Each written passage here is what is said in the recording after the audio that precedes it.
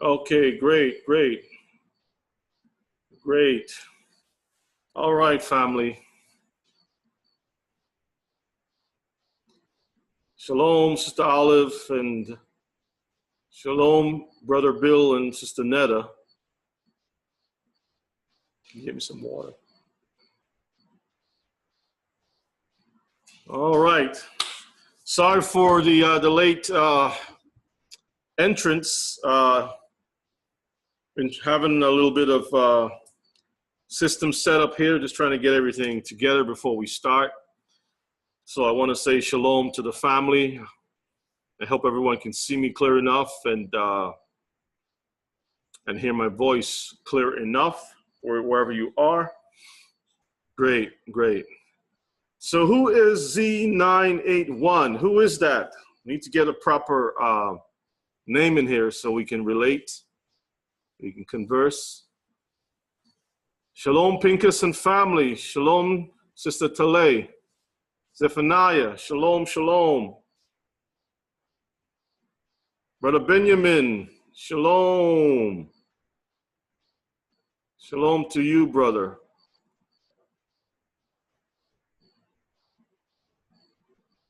Shalom, shalom.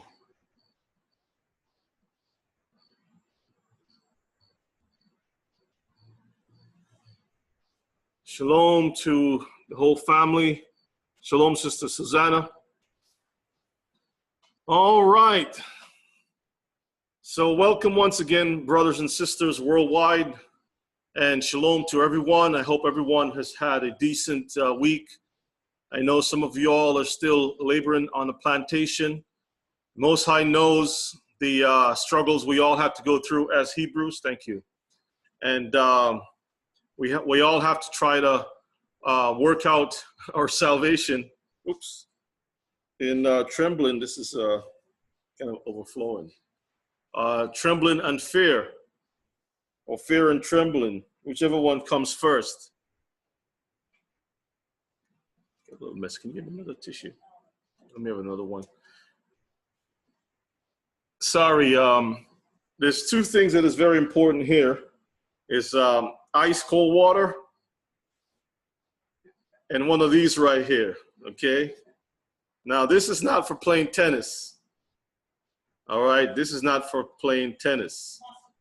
This is for electrocuting the samplers of wine. There are some samplers of wine that flies around, and you have to always be on guard, okay? So, yeah, there's no tennis court by the house of Maynard. And again, shalom, family. I should actually start off this way. Shalom from the house of Maynard. Shalom, shalom. Brother Maynard, why are you hiding? I can't even see you. I can't see you, Brother Maynard. Fear and trembling. That's correct, Sister Tale. Thank you so much. Thank you so much. Yeah, so again, you need one of these when you're living over here. I don't like putting mosquito spray on your skin because that stuff goes into your body, and then only the Most High knows what happens afterwards. The teachings may not come out so good afterwards. So we guys just going to utilize these tools of warfare. It's a little tricky though, because sometimes the mosquitoes are learning as you fight the battle. Okay.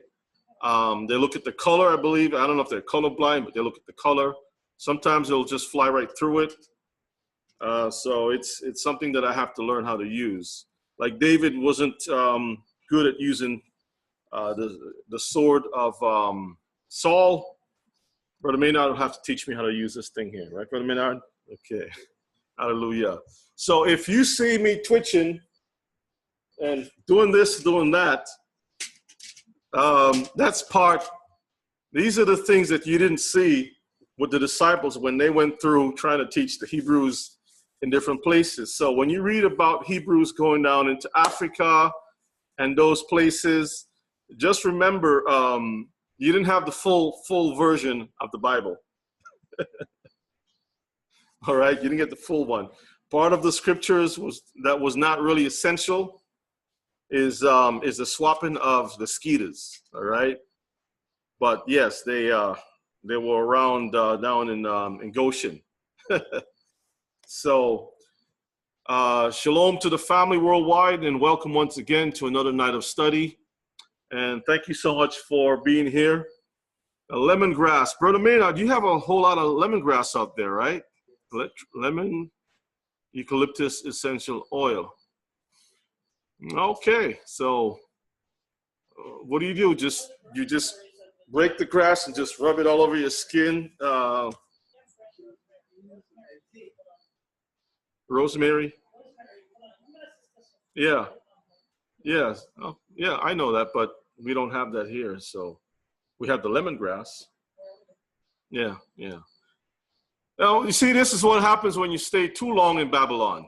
You get so accustomed to air condition and everything else that you fail to understand that, well, Hebrews had servants to fan, big fans of, yes, my Lord. What do you need, my Lord? Right? Listen, we need to get the prayers right.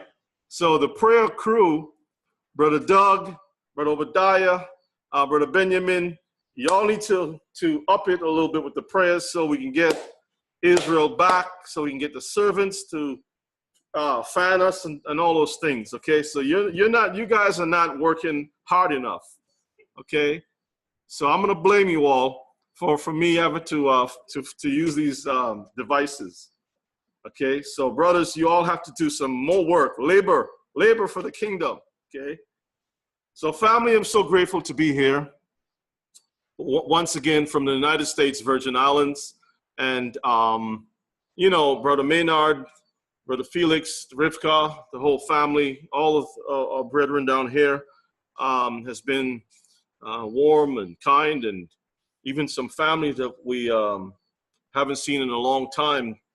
It's been really, really kind towards us, and I'm so grateful to the Most High that we been taken care of here. So I'm not going to return back with any ribs sticking out. Don't worry about that, Mishpikah. As a matter of fact, I'm more concerned about the bellies, because the way Brother Maynard is moving here, I may have a stomach pretty soon. But thank the Most High that there's beautiful beaches here, and I can, you know, get out there and try to burn some of the fats off and things like that, sweat it out. And whatever that I don't sweat out, the mosquitoes, I guess, will draw from that account. So all praises to the Most High. Let's have a word of prayer, and we'll go ahead and get started. Baruch atah Yehovah Eloheinu melech haolam. Blessed are you, Yehovah, our Elohim, King of the universe. Abba, I'm so grateful to you for your love and your mercy, which endures forever. Thanking you for this opportunity to be here with the family of Israel, and thanking you so much for sparing our lives. I pray that all of our brethren will be in excellent health. Those who are traveling will be safe on the roads. Those who are stationary will be enjoying the company of their loved ones. The little ones who are newly born, I pray, Father, that you'll also remember them, the parents, bless them, strengthen them, help them to be the Hebrews that you want them to be. The elder ones, Father, that's in the word of truth also, remember them, bless them, add years to their life and life to their years, that we all can be together as your children. Help us to overcome financial difficulties and all the different difficulties that this world has. But I pray most of all that you will return in our lifetime. Bring back the captivity, Abba, and make the time short. Destroy those heathens and help us to be renewed in your sight as children playing in the streets of Jerusalem. May your name be praised forever. Thank you, Abba. We love you. In Yeshua's name, amen. Amen. I'm so grateful and I'm thankful. And Sister Rivka sent me a news article I want to share with you all real quick. So let me pull it up on the screen. And when I see these things, brothers and sisters, I get excited. And I'm sure you will too. While it's somewhat, you know, somewhat on one side, if you're weak in the spirit, you will say, well, brother, that's not really good news, but I'll tell you this much. It is excellent news when you see these things. Let me pull it up. Just give me one moment. Again, I'm trying to navigate with a very small and limited screen. Let me see. What do I need to do here? So I need to get rid of this. Okay, let me see. Give me one moment. Okay. So let's get rid of this first. And where is it? Right here. Okay, so we can get rid of that. Look at that lovely water. Isn't that nice? That's what we've been experiencing here in the U.S. Virgin Islands. The water is clear. You can see the fishes all around your toesies. Okay? You can see the fishes all around your toesies, and there's not going to be any problem whatsoever, brothers and sisters, swimming around and enjoying the water. So not like in the U.S. where, sometimes the water is questionable. You can't tell where your feet may be planted. Let me see. Where's the article? If it's not one thing, it's another. Where are you, Mr. Article? I just had it. Okay, here. Is that it? That's not it. Okay, so give me 1 second, Mishpatah. Oh, boy. Let's see. Where is it? Here it is. This is the one I'm looking for. Okay, so let me share my screen, and let me see if I can make this bigger so we all can see it too. How you do this? Okay, there we go. There we go. That big? No, that's too big. All right, here we go. So let me share my screen so y'all can see exactly the signs of the times before we start our teaching. We're going to look at a little bit of the news report. So hopefully everyone can see this. Hopefully everyone can see it. Okay, so something disappeared here. Where did you go? Okay, that's my chat. My participants disappeared. All right. Okay, so can everyone see what's on the screen? Yes? Sister Susanna says the water in Boston looks like green slime. Yeah. Yeah, I used to live there too, remember. And yeah, the water is not it's not looking so good. But Mr. McCall, look at this news article. It says Satanic Temple statue unveiled at Arkansas State Capitol. The Satanic Temple has unveiled its statue of a goat-headed winged creature called Baphomet in a rally at the Arkansas State Capitol to protest a Ten Commandments monument already on the Capitol grounds. Let me scroll down. Where am I? Here we go. Let me scroll down.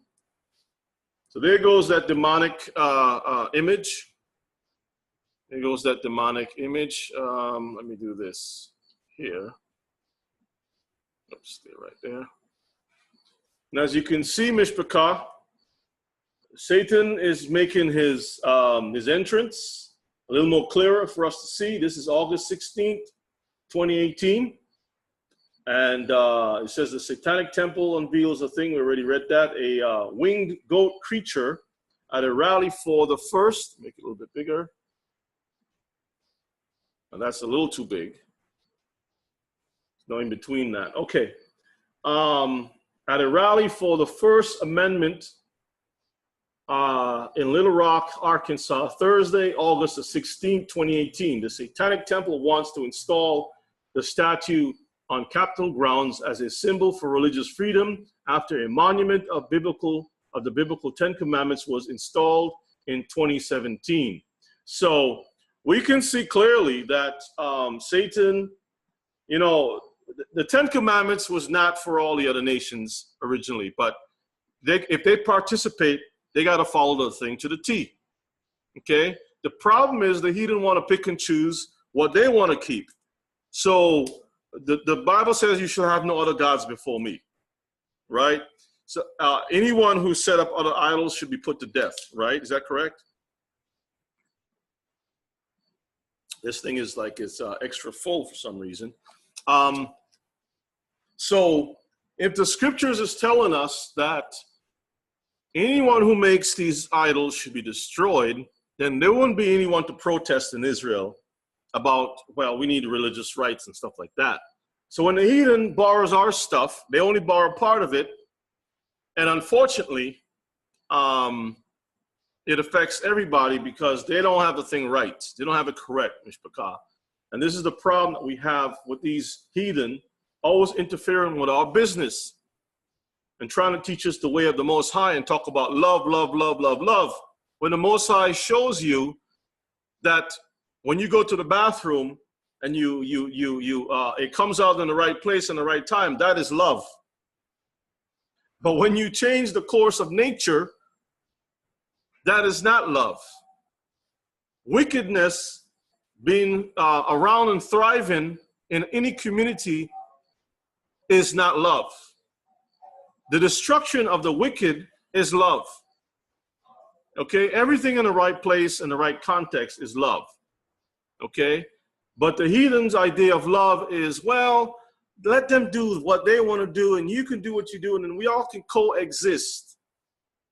Mishpachah, when we go through the Psalms, you're going to see some of the things that the Most High said will happen in the future. And believe you me, the heathen do not want us to exercise this thing to the letter. That's why they always spiritualize everything. It's never about what the Most High is saying. It's just you know, it's just poetic stuff. It's just great stories and whatnot. Moses never really existed. There was never really an Israel and people called Israel and things like that. Well, if that be the case, then why are these people so concerned about apocalyptic events? Okay, that's the thing. So when you look at these news reports, once one state allows certain things, the others will follow. Okay, people will get emboldened. They would come out. They would say, if Arkansas do it, why not the rest of the country? We need to learn how to coexist. You see?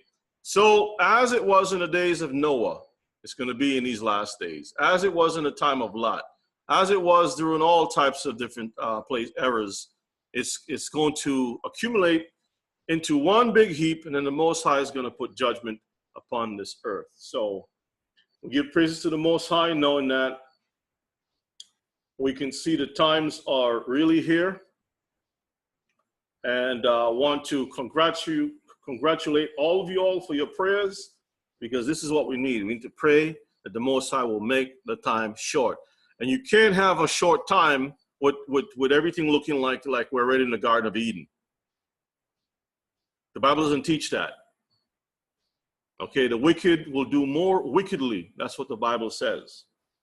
There must be a build-up before there is a release. Even when you go to the bathroom, there's a build-up before there's a release, before there's peace.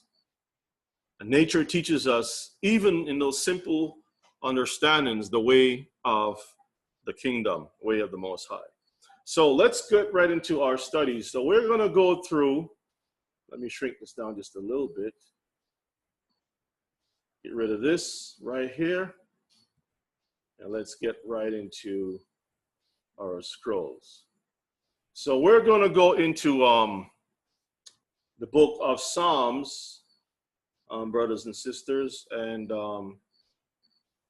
I tell you, I can't see this from way over there. Let me do this. Give me 1 second. Everything is tiny. Let me just do this real quick. So we're going to go to the book of Psalms and do some reading. As a matter of fact, I think it'll be much easier if we'll just read it, because I can't, my system is very limited and I don't have a mouse. I'm using this trackpad here and it's driving me nuts. So let me do this. I can't use it. I have too many things plugged into this system. So there's no room for a mouse. Okay, mice.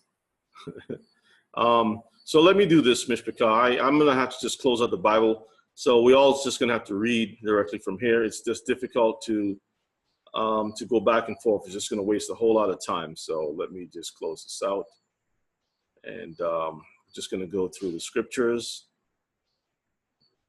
and do the book of Psalms. And I want you all to follow along as we go through the scriptures. So the book of Psalms, the Messianic idea of the Messiah is found all the way through the book of the Psalms. I hope that you all know this. Okay. Now we have touched on some of these things in the past. And we're going to go visit some of these things again. I'm going to start at Psalms chapter 1. And I want everyone to open up their Bibles. And we're also going to visit I think some portions of the Apocrypha too. So if you don't have it, just listen. Or you can write these notes down and hopefully you can check it out later on. But we just have to make do with what we have here outside of the studio. Messiah and the Psalms. Normally when people read the book of Psalms, they think it's just a lot of poetry. But the Psalms is actually prophecies mixed with poetry and many other things, brothers and sisters. And the Most High put these nuggets of information for kings to seek these things out, for those who are really hungry for the truth to search these things out. And, you know, it's important for our brethren to slow down when they're reading and go through the Psalms, and then you will definitely see a lot of nuggets. Now let's start at Psalms 1. In the book of Psalms 1, are you going to read for me? Are you going to read for me? Sister Sarai is smiling at me. I'm going to put her out there. Just want to make sure she's going to read for me because I'm not sure if she's tired or what's going on. You going to read, yes or no? Huh? Speaketh. Okay. All right. So let's read Psalms 1. We're going to start here, and maybe I might have to do a part 1, 2, 3. I don't know, because there's 150 plus, 151 Psalms, actually. And we're going to kind of like go through the important ones. And all of the Psalms are important. Some of the Psalms are prayers for healing, for meditation, for praise, for worship. It covers a whole lot of different areas, but also embedded in there is prophecies concerning Israel and the Messiah, but also the nations, how they will be judged and things like that. And these are some of the things that the pastors kind of like, no, we don't want to talk about that. Psalms 1. Let's go to Psalms 1. Psalms 1. Let's read. Blessed is the man that walketh not. You may want to come on this side over here a little closer. I don't know if y'all can hear her.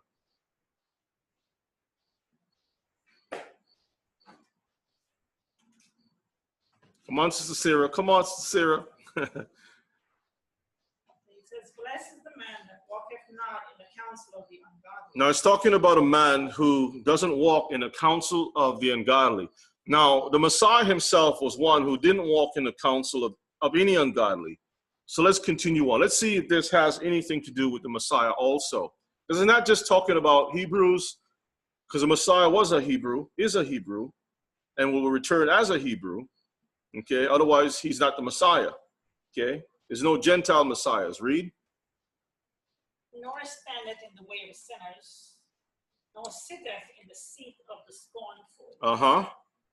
But his delight is in the law of Yahweh, and in his law doeth he meditate day and night. Read. He shall be like a tree planted by the rivers of water. Now notice it says, and if you're following, verses 3 says, he shall be like a tree. That's important. Planted by the rivers of water. That doeth what? That bringeth forth his fruit in his season. So he brings forth his fruit. Okay, so they says, coax her closer to the mic. Okay, so everyone can't really hear. And you can get a little closer to me. Just on that side over there. Okay, I'll just speak real loud. I'll turn it this way. Okay, so read that part again. Let's see if it makes a difference, okay? He shall be like a tree planted by the rivers of water. Can you all hear that? Is that better? Sotale? Okay, all right, so yeah, thank you. So that's better. Just got to turn the mic just a little bit so we can hear both voices. All right, so he shall be as a tree planted by the rivers of water. That bringeth forth his fruit in his season. And he's going to bring forth the fruit in his season. Read. His leaf also shall not wither. Uh-huh. And whatsoever he doeth shall prosper. Whatever that he does will prosper. Now let's read on some more. The ungodly are not so, but are like the chaff which the wind driveth away. Mm-hmm. Therefore, the ungodly shall not stand in the judgment, nor sinners in the congregation of the righteous.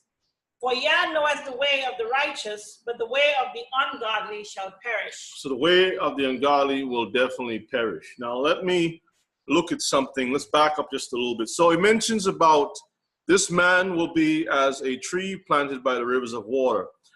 For those of you all who have been studying with us, there is a few references in the Bible that speaks about a tree planted by waters. And we'll go to Ezekiel 47 and verses 1.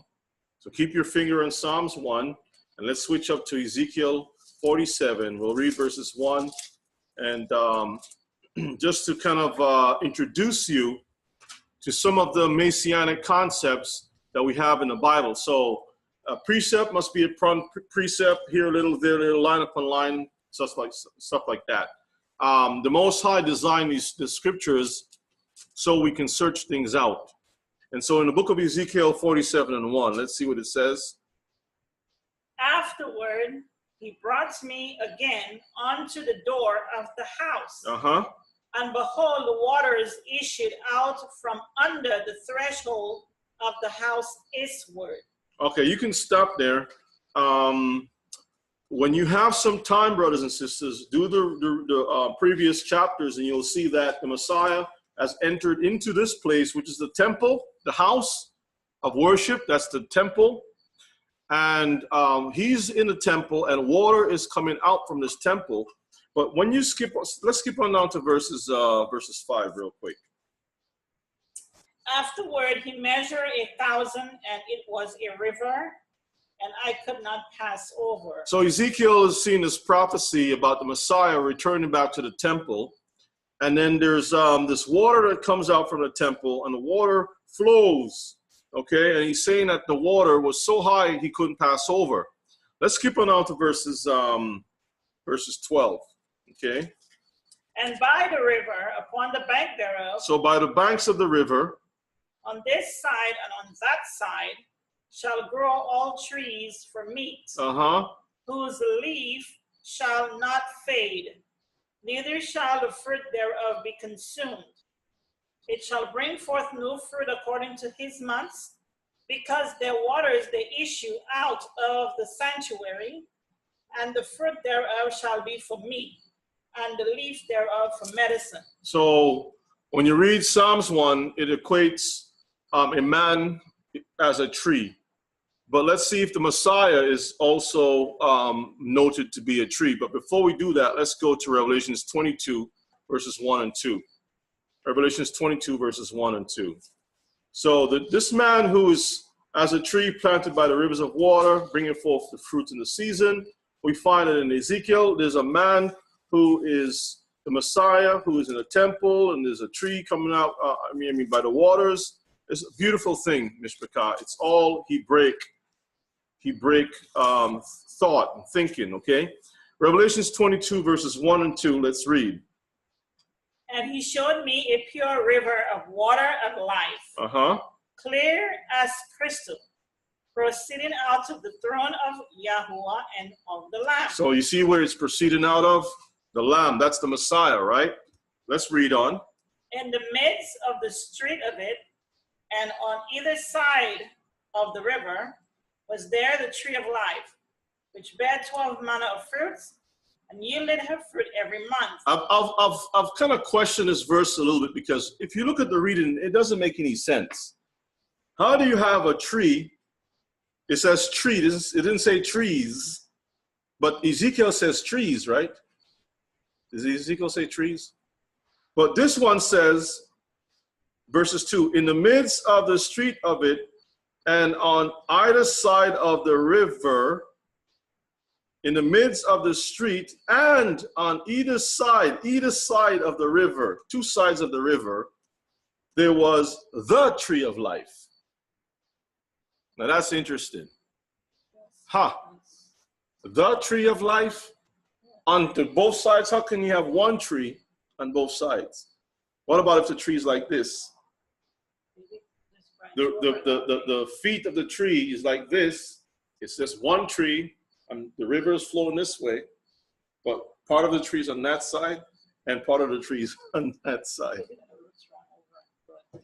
Well, it's something to really consider, to go back and investigate. But I thought that was pretty interesting, that I want to share with you all. Huh? All right, we're gonna leave that for another time, right? So let's. Did you finish that up? Verses 20. Verses. Okay, go ahead and finish that up. 1 and 2, you said, right? Yeah, 1 and 2. And yielded her fruit every month, and the leaves of the tree were for the healing of the nations. So here we have this tree. Let's go to Isaiah 53, verses 1 and 2. So the book of Psalms is saying these little hidden gems in here, and you look carefully, you'll see that it all points to the Messiah, because the Messiah is the real tree. He is the true righteous. Yeah, it goes. So Isaiah 53, verses 1 and 2. Let's read. Isaiah 53. So far, I don't have to use the tennis racket here. I think they knew that the Torah is going on, and they decided to back off. Go ahead. Who have believed our report? So who has believed the report? Our report, read. And to whom is the arm of Yah revealed? That's a good question. Who is the arm? That's the Messiah. That's the strength of the Most High. Is it revealed to everybody? You know, like you flexing your muscles, like Popeye, the sailor man, you pull and you display your muscles, right? So the arm is revealed to show the strength. Who's it revealed to? The whole world? Well, let's read. For he shall grow up before him as a tender plant. So this he will grow up before the Father as a tender plant. That's the Messiah. Read. And as a root out of a dry ground. He have no form nor comeliness. And when we shall see him, there is no beauty that we should desire him. All right. Now, we don't want to go into all the rest of it. Some of it connects back to some of the other Psalms that we will be examining. But I just wanted to highlight the whole concept of the Messiah being a plant. Now, Israel was dried up, dry ground. She wasn't producing anything. But because he is in the law, he stays in the Torah himself, he is as a green tree. Okay? He is as a green tree.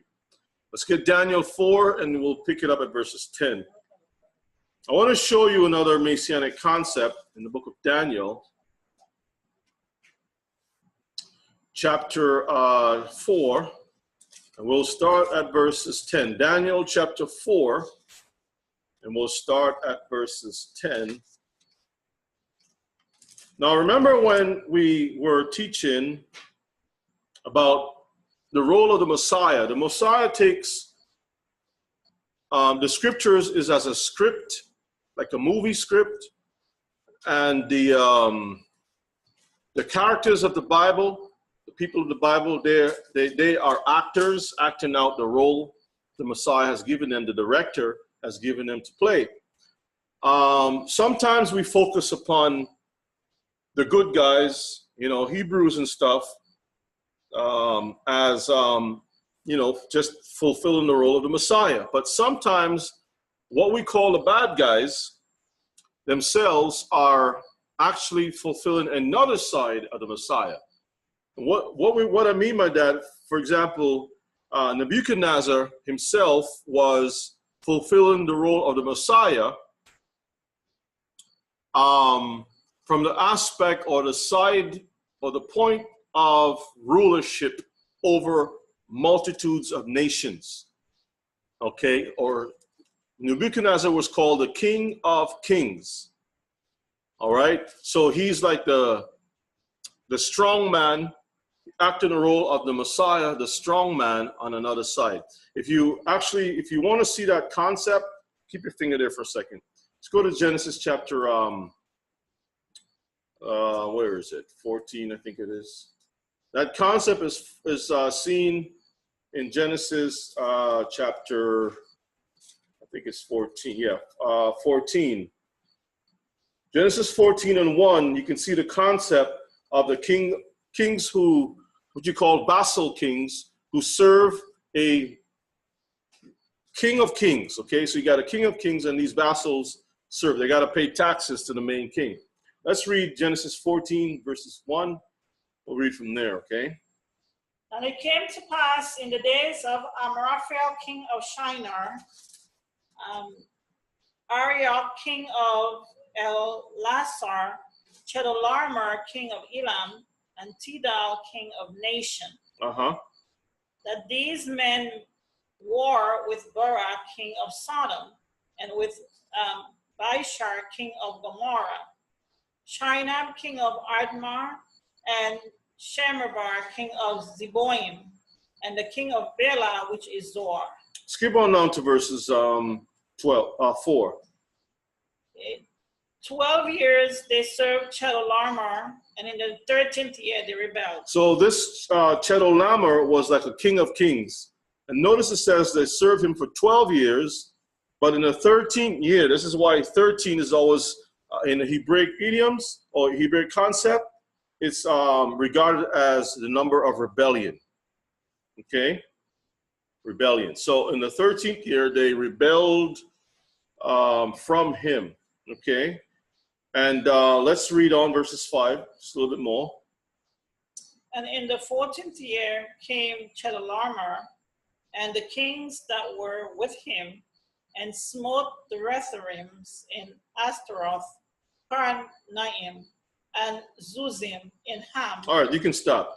Now, when you have some time, you can read the rest of it. But what I wanted to highlight is the concept, the Messianic concept of you have a king over these other kings, and then there's a rebellion, and then there's a put down of all of these other nations. That's what the Messiah is going to do.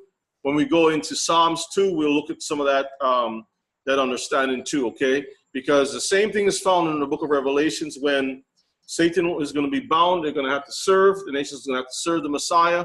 But then after a period of time, they're going to rebel when Satan is loose and try to wage war, and then they'll be destroyed.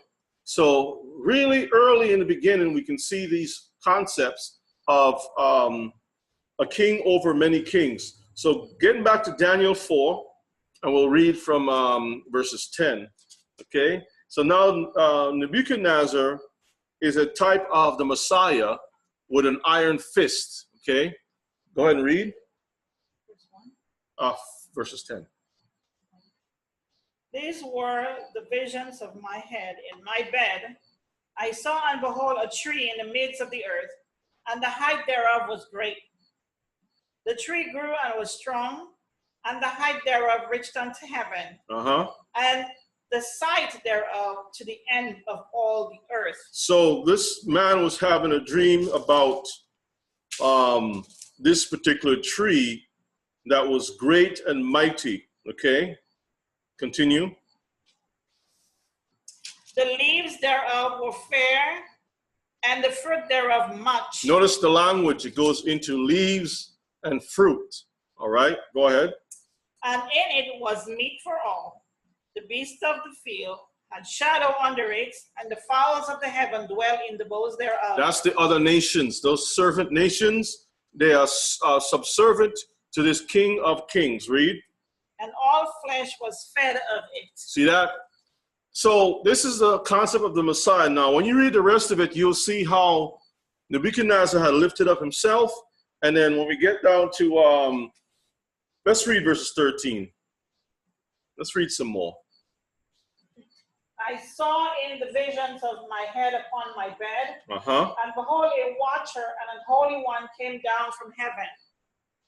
He cried aloud and said thus, hew down the tree and cut off his branches. When you turn your voice that way, it goes that way. Okay, that's better. So it says to do what now? Hew down the tree and cut off his branches. Read. Shake. And cut off his branches and shake off his leaves and scatter his fruit. Let the beast get away from under it and the fowls from his branches. Nevertheless, leave the stump of his roots in the earth, even with a band of iron and brass, in the tender grass of the field. Now, symbolically speaking, it's also pointing to the Messiah being cut off for a period of time. And the iron and brass are representative of the two Gentile powers that came out at the last. We call it the Greco-Roman empires. We use those terms even to this very day. Okay, Greco-Roman Empire. So yes, the Greco-Roman Empire has been pretty much keeping the tree from growth or whatever. So the message is interchangeable. It's somewhat speaking about the Messiah. If you really look and read between the lines, you'll see the whole concept there. But there's going to be a time when the tree is going to grow back again. Okay?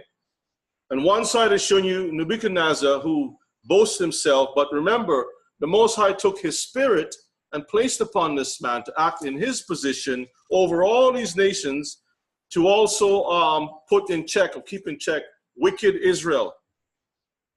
Because the coin was turned. Instead of we being a power over all these nations, they have power over us because we broke the commandments. Okay? But the time will come when it will flip and we will return back to our place. So let's read some more. Band of iron and brass in the... And let it be wet with the dew of heaven, and let his portion be with the beast in the grass of the earth. Read. Let his heart be changed from man's heart, and let a beast's heart be given unto him. And let 7 times pass over him. 7 times pass over him. So that's important, okay? So when you have some time, you can read the rest, but it's talking about Nebuchadnezzar. Let me see if I want to skip through some things in this particular chapter. Let's skip on down to verses 34. Verses 34. Verse 34. And at the end of days, I, Nebuchadnezzar, lifted up mine eyes unto heaven, and my understanding returned unto me. And I blessed the Most High, and I praised and honored him that liveth forever, whose dominion is an everlasting dominion, and his kingdom is from generation to generation. Yep. And all the inhabitants of the earth are reputed as nothing, and he doeth according to his will. He does according to his will. In the army of heaven, and among the inhabitants of the earth, and none can stay his hand or say unto him, what doest thou? See, so that's all we need. The Most High can do whatever he wants to do. He has given these men the power, but you can see symbolically, Nebuchadnezzar was represented as a tree that was cut off. And if the Messiah is also a King of Kings, he would also be cut off for a time. But then he's going to return back to his power. The thing is that Nebuchadnezzar was not given the glory upward. When the Messiah rules, guess what he's going to do?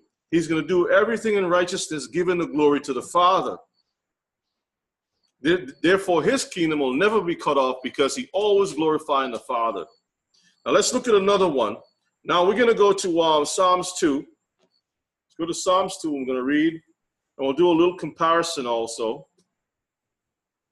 Now, Psalms 2 we talked about before, but we do have new brothers and sisters always coming in, so we want to take the time to go through these things. Psalms 2, let's read verses 1.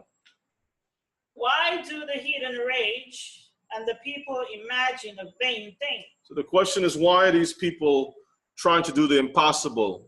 They know they can't succeed, but they're still trying to do it. Okay, let's see what timeline is it talking about. Okay, read on. The kings of the earth set themselves, and the rulers take counsel together against Yahuwah and against his anointed, saying. So notice it speaks of the Father and it speaks about the Son right here in Psalms verses chapter 2, okay, verses 2. So we know that this is something that has never happened before historically. You read about the rebellion with Nimrod and the rebellion on the earth before the flood. You read about all these different things, but you don't find a combination, a father-son team being mentioned that the people are rebelling against. They're rebelling just against God. But in Psalms 2, it gives us clarity, letting us know that the Father and the Son are the ones that the nations hate, okay? But there's a reason why they hate it, because they don't ever want to acknowledge the Son. You can talk about the Father all the time, but don't talk about any Son taking that position. For some reason, I don't know why, but it seems to always be a problem when we talk about a Messiah being, the way that the scriptures talk about. Let's continue on. So they said, verses 3. Verse 3. Let us break their bonds asunder and cast away their cords from us. He that sitteth in the heavens shall laugh. Yah shall have them in derision. Then shall he speak unto them in his wrath, and vex them in his sore displeasure. So notice that the Bible is letting us know that they said, break the bonds asunder. In other words, break the fetters, the chains that is on them. Here, you don't look like you need this more than me. Just do this. Do this. Okay, you'll be all right. There you go. Okay, but you got to do the Torah in one hand and swing it with the other hand, okay? Oh, yeah, I know, but still try. It's part of the practice. Swing and read, swing and read. Remember when they were building the wall with Ezra and Nehemiah? They had the shovel in one hand and the sword in another hand. Okay, so you'll do good. All right, so this is talking about the future Mishpachah. This has not happened as yet. You don't have all these nations that are in prison trying to break out of prison or under arrest. So this is something to do with the Messianic age, when the Messiah is going to rule, that the nations will imagine these thoughts, and he's going to be like, there's no way you can break out of this prison. You can try, but it's not going to happen. Only way out is if I release you for my reasons. So let's read verses 5, I think it is. Do you have 6? Okay, 6. Yet have I set my king upon my holy hill of Zion. Uh-huh. I will declare the decree. Yahuwah hath said unto me, thou art my son, this day have I begotten thee. Mm-hmm. Ask of me, and I shall give thee the heathen for thine inheritance. Uh-huh. And the utmost parts of the earth for thy possession. For your possession, read. Thou shalt break them with a rod of iron. So that's the other side of the Messiah. Like we talked about Nebuchadnezzar. Read. Thou shalt dash them in pieces like a potter's vessel. Uh-huh. Be wise now, therefore, O ye kings. Be wise, O kings. Read. Be instructed, ye judges of the earth. Uh-huh. Serve Yah with fear and rejoice with trembling. Mm-hmm. Kiss the Son, lest he be angry. Kiss the Son. It's not talking about David. It's not talking about Solomon, because sometimes people try to make it look like it's Solomon he's talking about. Solomon is not that righteous, okay, to receive anything of that type of nature, that type of power. Read on. Kiss the Son lest he be angry, and you perish from the way. And you perish from the way. When his wrath is kindled but a little. Blessed are all they that put their trust in him. Let's go to Isaiah 45. So we have this Messianic prophecy about the Messiah given the authority to rule on this earth. When it says, this day I have begotten you, it's not talking about you just born, or I'm just owning you now. No, it's begotten to start the role of the work of a king. When he was begotten, when the voice came, this is my beloved son, whom I'm well pleased. He didn't just become the son just then. He's starting a ministry, so there's a pronouncement. There's a pronouncement of him starting off a particular role, okay? So Isaiah 45, and let's read verses 1. This is Cyrus, the king of the Medes, that is actually being a type of the Messiah. Let's read and see. Thus saith Yah to his anointed, to Cyrus, whose right hand I am holding. No, notice it says right hand. Okay, right arm, right hand. Read. To subdue nations before him. And I will loose the loins of kings, to open before him the two leveled gates. Two lead gates, read.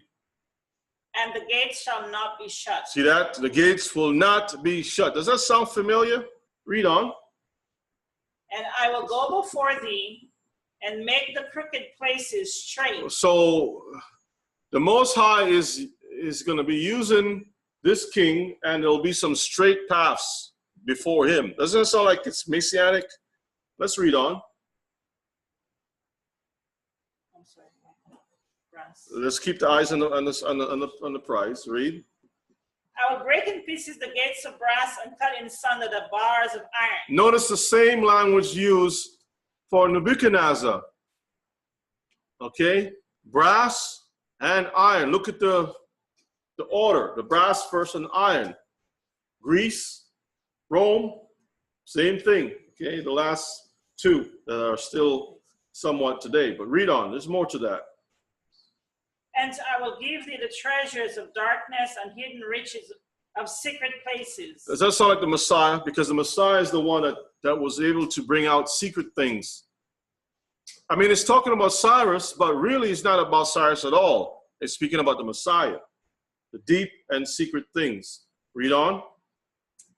That thou mayest know that I, Yah, which called thee by thy name, am the Elohim of Israel. So that's all we need from that. It goes on in verses 4. Yaakov is my servant. For Yaakov my servant's sake, and Israel my elect, I even call you by your name and surname you, and such like.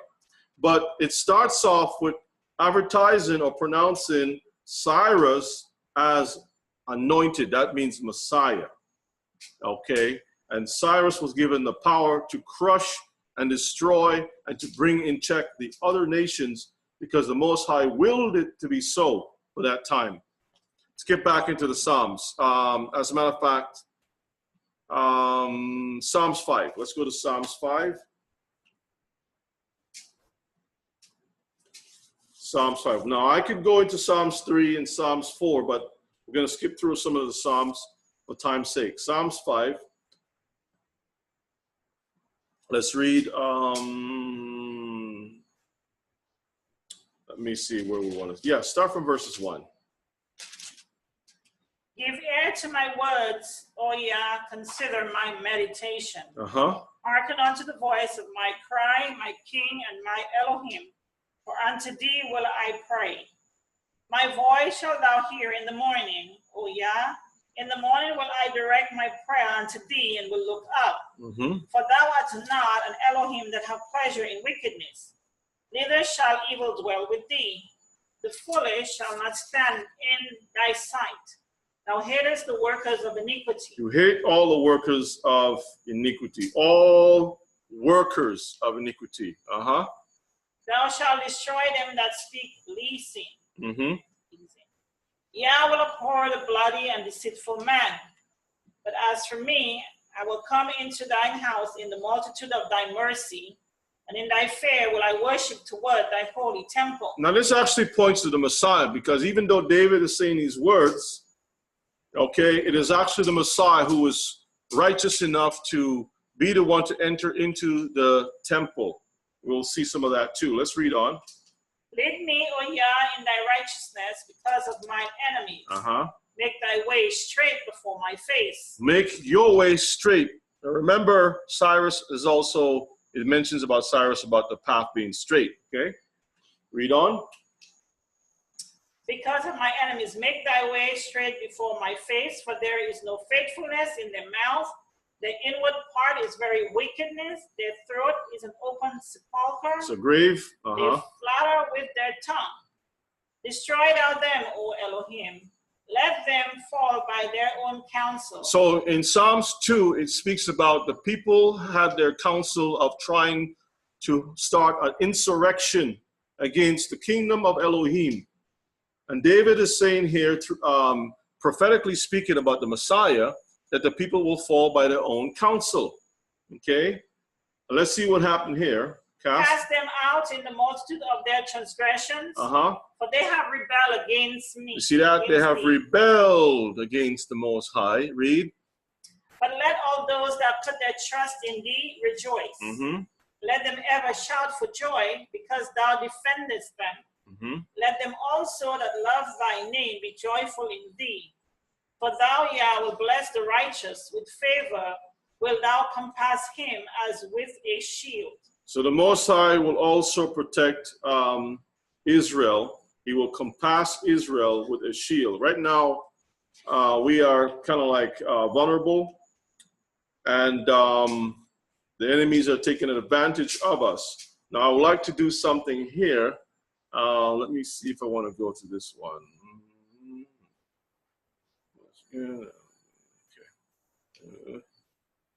Okay. Let's go to Tobit 13. Just mention the number 13. Let's see if anything positive can come out from number 13. Tobit 13. And this is a prayer by Tobit. This is in the Apocrypha. So we're going to switch up a little bit. Go to the Apocrypha, to the book of Tobit, chapter 13. And here's a special prayer. I think that we can add that to the list of prayers. This is a very essential prayer, okay? Start at verses 1. Then Tobit wrote a prayer of rejoicing and said, Blessed be Yah that liveth forever, and blessed be his kingdom. For he doeth scourge and have mercy. He leadeth down to hell and bringeth up again. Neither is there any that can avoid his hand. Confess him before the Gentiles, the children of Israel. For he hath scattered us among them. He scatters among them, read. There declare his greatness, and extol him before all the living. For he is our Elohim, and he is the Elohim of all fathers forever. And he will scourge us for our iniquities, and will have mercy again, and will gather us out of all nations among whom he hath scattered us. If we turn to him with your whole heart. If we turn to the Most High with our whole heart. So when we read Psalms 2, it speaks about the Messiah taking that physical punishment role of breaking these heathen. But also when we go to Psalms 5, we see some of that connected there too. But it's giving you now, from the temple perspective, of being a pure and clean person, being able to come into and to worship. All right, so when we go to Tobit now, it's going to give us a little bit of both Psalms 2 and Psalms 5. All right, the temple, the return, the subduing of these nations and whatnot. Let's read. If we turn to him with your whole heart and with your whole mind, and deal uprightly before him, then will he turn unto you and will not hide his face from you. Therefore, see what he will do with you, and confess him with your whole mouth, and praise Yah of might, and extol the everlasting King. So if you are a worker of iniquity, you cannot stand in his presence. You have to be a worker of righteousness to be able to stand before him. And then it says, and extol the everlasting King. Let's read on. In the land of my captivity do I praise him, and declare his might and majesty to a sinful nation. All his sinners turn and do justice before him. Who can tell if he will accept you and have mercy on you? Let's do this real quick. Let's skip on to verses 11. Skip on to verses 11, okay? Many nations shall come from far to the name of Yah Elohim. What are they going to do? With gifts in their hands. They're going to be bringing gifts in their hands. Even gifts to the King of heaven. That's part of Psalms 2. They're going to have to come up and worship him. Okay, read. All generations shall praise thee with great joy. Read on. Cursed are all they which hate thee. See that? I hate all workers of iniquity. Those people who resist him, they will be cursed. Read. And blessed shall all be which love thee forever. Kiss the Son, lest he do what? Read on. Rejoice and be glad for the children of the just. For they shall be gathered together and shall bless Yah of the just. That's Israel. Oh, blessed are they which love thee, for they shall rejoice in thy peace. Blessed are they which have been sorrowful for all thy scourges, for they shall rejoice for thee when they have seen all thy glory, and shall be glad forever. Let's read to verses 18. Let my soul bless Yah, the great King. For Jerusalem shall be built up with sapphires and emeralds and precious stones. You see, Jerusalem is going to be beautiful, Mishpachah. That's what we're working for. Okay, to be in a beautiful place. Forget about all this hard labor that we build up all these places for us to live in, and then somebody comes in and take over it. And with our lifetime, we spend a good 50 years of our life trying to pay these things off, and only about 10% of the life remaining that we enjoy anything. That doesn't make any sense. That's not real living, okay? Continue. Thy walls and towers and battlements with pure gold. And the streets of Jerusalem shall be paved with beryl and carbuncle and stones of Ophir. Rubies, stones of Ophir. Read. Isaiah what? Isaiah 54? Yes. Read. And all the streets shall say hallelujah. And they shall praise him, saying, Blessed be Yah, which have extolled it forever. Hallelujah. All praises to our King. Yeah, so we just read Tobit 13, portions of it, and we can see how it's all Messianic. And even though it speaks in this language here, it's actually pointing towards the Messiah. Let's go to Psalms 8. Now in Psalms 8 is... you want to read Isaiah? Sure, no problem. Isaiah what now? 54? Okay, so we're going to go, Mishpachah, to Isaiah 54 and verses 11, you said? Okay, 54 and 11. Let's do a comparison. 54 and 11. Okay. 54. Oh, I got the wrong place. Hang on a second. Yep. So go ahead and read. So 11 says, O thou afflicted, tossed with tempest, and not comforted. Behold, I will lay thy stones with fair colors, and lay thy foundations with sapphires. And I will make thy windows of gates, and thy gates of carbuncle, and all thy borders of pleasant stones. Rubies and all kinds of wonderful stuff. Yes. Did you read? Read verses 13. And all thy children shall be taught of Yah. Wait a minute. All the children be what? Taught of Yah. And great shall be the peace of thy children. That's all we need, Mishpachah. That's all we need. So the rest of it, y'all can mark it. There's some beautiful stuff in there. Yeah. Let's get back to the Psalms. So prophets, David himself was not only a king. Let me put it this way. The Messiah is prophet, priest, and king. David, prophet, priest, and king. Even though he was from the tribe of Judah, he was prophesying. He did priestly stuff. that a lot of people says, well, why was David, and he was exempt from, that's right. And yet at the same time, he was king. All right. Psalms chapter 8. Let's take a look. Now, is Psalms chapter 8 about Adam or is it about the Messiah? Let's examine this just a little bit. Okay. Just a little bit. Psalms chapter 8. Start at verses 1. O Yah Elohim, how excellent is thy name in all the earth, who have set thy glory above the heavens.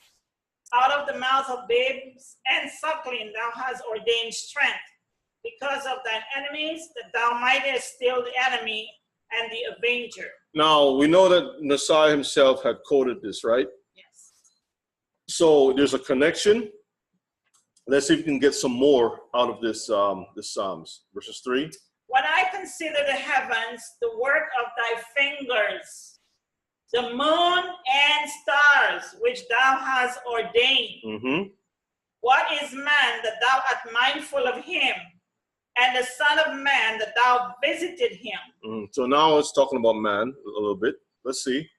But thou hast made him a little lower than the angels. You made man lower than the angels. And have crowned him with glory and honor. And you made this man, you gave him glory and you gave him honor. Thou madest him to have dominion over the works of thine hands. Thou hast put all things under his feet. All things has been placed under his feet. But, it talks about Adam, but symbolically, the Messiah is Adam. Yes, he's the last. Symbolically, he is the last Adam. And we'll make a slight connection there too. Go ahead and read. All sheep and oxen, yea, and the beasts of the field, fowls of the air, and the fish of the sea, and whatsoever passeth through the paths of the sea. O Yah Elohim, how excellent is thy name in all the earth. So was Adam, did Adam really have everything under his feet? I mean, in the blink of an eye, all that was gone, right? Okay, so he really didn't have anything under his feet. But the Messiah is going to be the last Adam. Let's touch on that just a little bit. Look at the language of the book of Luke. I think it's chapter 3. Let's take a look and see. When we look at the genealogy, Luke chapter 3, we'll start at 23. We'll just read the first line and we'll skip on down, okay? I don't want to read all the different names of the family, but I just wanted to make a point, okay? So let's read. And Yeshua himself began to be about 30 years of age, being as was supposed the son of Joseph, which was the son of Heli. Let's skip on down to as was supposed, yeah. That tells you that Joseph was not his father. Joseph was not his father, that's right. You mean some of our brothers out there? Yeah. Some of our brothers are teaching that Joseph is the father himself. No, he was just, you got him? Oh, you got him? Okay, so she's trying to protect me from, you trying to protect me or yourself? He was trying to get me? Yeah. Okay, I know I felt something. Okay, so let's skip on down. Let's ignore Satan and his minions. Let's skip on down to verses 38. Which was the son of Enos, which was the son of Seth, which was the son of Adam. Stop. So, which is the son of Adam? Read. Which was the son of Yahuwah. So Adam was the son of the Most High? Yep. Okay, so we find that the book of Luke is just trying to tell us something. It says the Messiah, this is genealogy, and Adam was actually the son of the Most High. So if Adam was the son of the Most High, and the book of Psalms is saying that he gave all the things to Adam, or mankind, okay, made him a little lower than the angels. Wasn't the Messiah made a little bit lower than the angels? Okay, let's get Hebrews chapter 2. And then all things was placed under his feet. So the book of Psalms 8 is actually speaking about Messiah. Without me going through all the different breakdowns of it, just an overview. It's actually giving you some He's pointing you towards the Messiah. But I may not as, I guess he took off, huh? So tired? Okay. Psalms 8. Now we're going to look and compare that with Hebrews chapter 2. Let's see what Hebrews chapter 2 has to say. Let me get it. Hebrews chapter 2. Hebrews chapter 2. Okay. Let's read. What verse do you want to read? Let's go to verses 5. Verses 5. Verses 5, read. For unto which of the angels said he at any time, Thou art my son, this day have I begotten thee? And again. Wait a minute, where did you, is that Hebrews 2 and 5? I'm sorry, am I reading 1 and 5? Not 1. Okay, read it. But that's fine. What you read is fine. Let's go 2 and 5. Okay. For unto the angels have he not put in subjection the world to come, whereof we speak. So he didn't put the power onto angels to give it unto Adam, right? But Adam is only a type of the Messiah. Adam had to be imperfect because if he was perfect, people would be worshiping Adam. He had to be imperfect so the glory would go to the Most High, okay? All these men that has been acting the role of the Messiah has been imperfect so that they don't receive the glory. Let's read. But one in a certain place testified, saying, What is man that thou art mindful of him? Now, who's that one that is testifying of this thing? Wasn't it the prophet David? Okay, read. Or the Son of Man that thou visitest him. The Son of Man that you would visit him.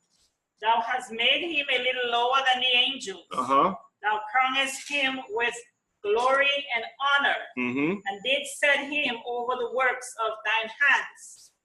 Thou hast put all things in subjection under his feet. For in that he put all things subjection under him, he left nothing that is not put under him. But now we see not yet all things put under him. Was Satan placed under Adam's feet? Before, yes, but not before. Well, angels chased Adam out of the garden, right? He gave up his authority. Yes. And you see the same thing in, we saw how the Messiah stood his ground in the temptation in the wilderness, right? No food, no water, and was able to stand strong as a tree planted by the rivers of water. And resisted the devil. So he's the one that's really Adam. Right. That's right. So, so now we can see that the writer of Hebrews is reading all these different things and looking at these concepts and saying, this is about the Messiah, and putting this thing in a language that we can understand. That when you read about Adam having dominion, it's really talking about the Messiah. In the volume of the book, it is written of me. When you read about David making these quotations, it's not talking about David, son Solomon, or even David himself ruling. It's just speaking about the Messiah being the Melech, the king. Okay. Where did you stop? Verse 8. Let's go to verses 9. But we see Yeshua, who was made a little lower than the angels for the suffering of death. So he had to be given a body so he can suffer. If he had a body of an angel, he wouldn't be able to suffer. Yes. He had to have a body of a man. Okay. Read. Crowned with glory and honor, that he by the grace of Yah should taste death for every man. For it became him for whom are all things, and by whom are all things, in bringing many sons unto glory, to make the captain of their salvation perfect through suffering. Their salvation. So when it says all men, some people will run with that and says, you see, he died for the whole world. No. Because remember, the scroll is written to the Hebrews, explaining Hebraic concepts. Okay, how the Most High is dealing with Israel. You continue reading, you'll see. Mm-hmm. Including men, women, children. I'll tell you what. Let's read. Let's continue reading down to verses 13. You'll see exactly what I'm talking about. Okay. For both he that suffereth sanctifieth, and they who are sanctified are all of one. So the ones who suffer, those who sanctify, it's the husband-wife relationship. One suffering for the other, one lifting up the other. Okay? That's what we talked about before. That basar concept, flesh of my flesh, because I came from my flesh. Read on. For which cause he is not ashamed to call them brethren. He's not ashamed because even though they came out from him, they're still his blood and they're still brethren. Okay? Read. Saying, I will declare thy name unto my brethren. To the whole world. Unto my brethren. In the midst of the congregation will I sing praise unto thee. And again, I will put my trust in him. And again, behold, I and the children which Yah have given me. For as much then as the children are partakers of flesh and blood. The children are partakers of what? Flesh and blood. Did it say spirit? Okay, flesh and blood. So there's a family. It's talking about basar. Okay, read on. He also himself likewise took part of the same. That through death he might destroy him that had the power of death, that is the devil. Now it says the children whom Elohim have given me. Now where does that come from? Because Isaiah. The book of Isaiah, what chapter? Isaiah chapter 8, I believe it is. 8 and 17. Let's take a look at that. Book of Isaiah chapter 8 and verses 17. So we can have the understanding about who he was coming for. 8 and 17. Let's read. And I will wait upon Yah that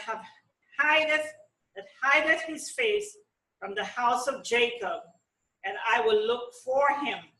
Behold, I and the children whom Yah have given me are for signs and for wonders in the world. Israel. In the world. In Israel. So does it say the Messiah and the children that belongs to the Messiah, that they are for signs and wonders for the whole world? In Israel. In Israel, read. From Yah of hosts which dwelleth in Mount Zion. So the Bible is telling us, the book of Hebrews is pulling all these little bits and pieces. You notice it didn't say in Israel in verses 13. It says, behold, I and the children whom Elohim have given me, and then you had to figure out the rest. You see, the thing is that when you're under persecution, when you're surrounded with the enemies, if you're dispersed around enemies, you can't speak boldly and says, well, this is for our people. We don't want nothing to do with you. Y'all are this and that, whatever. You'll be put to death.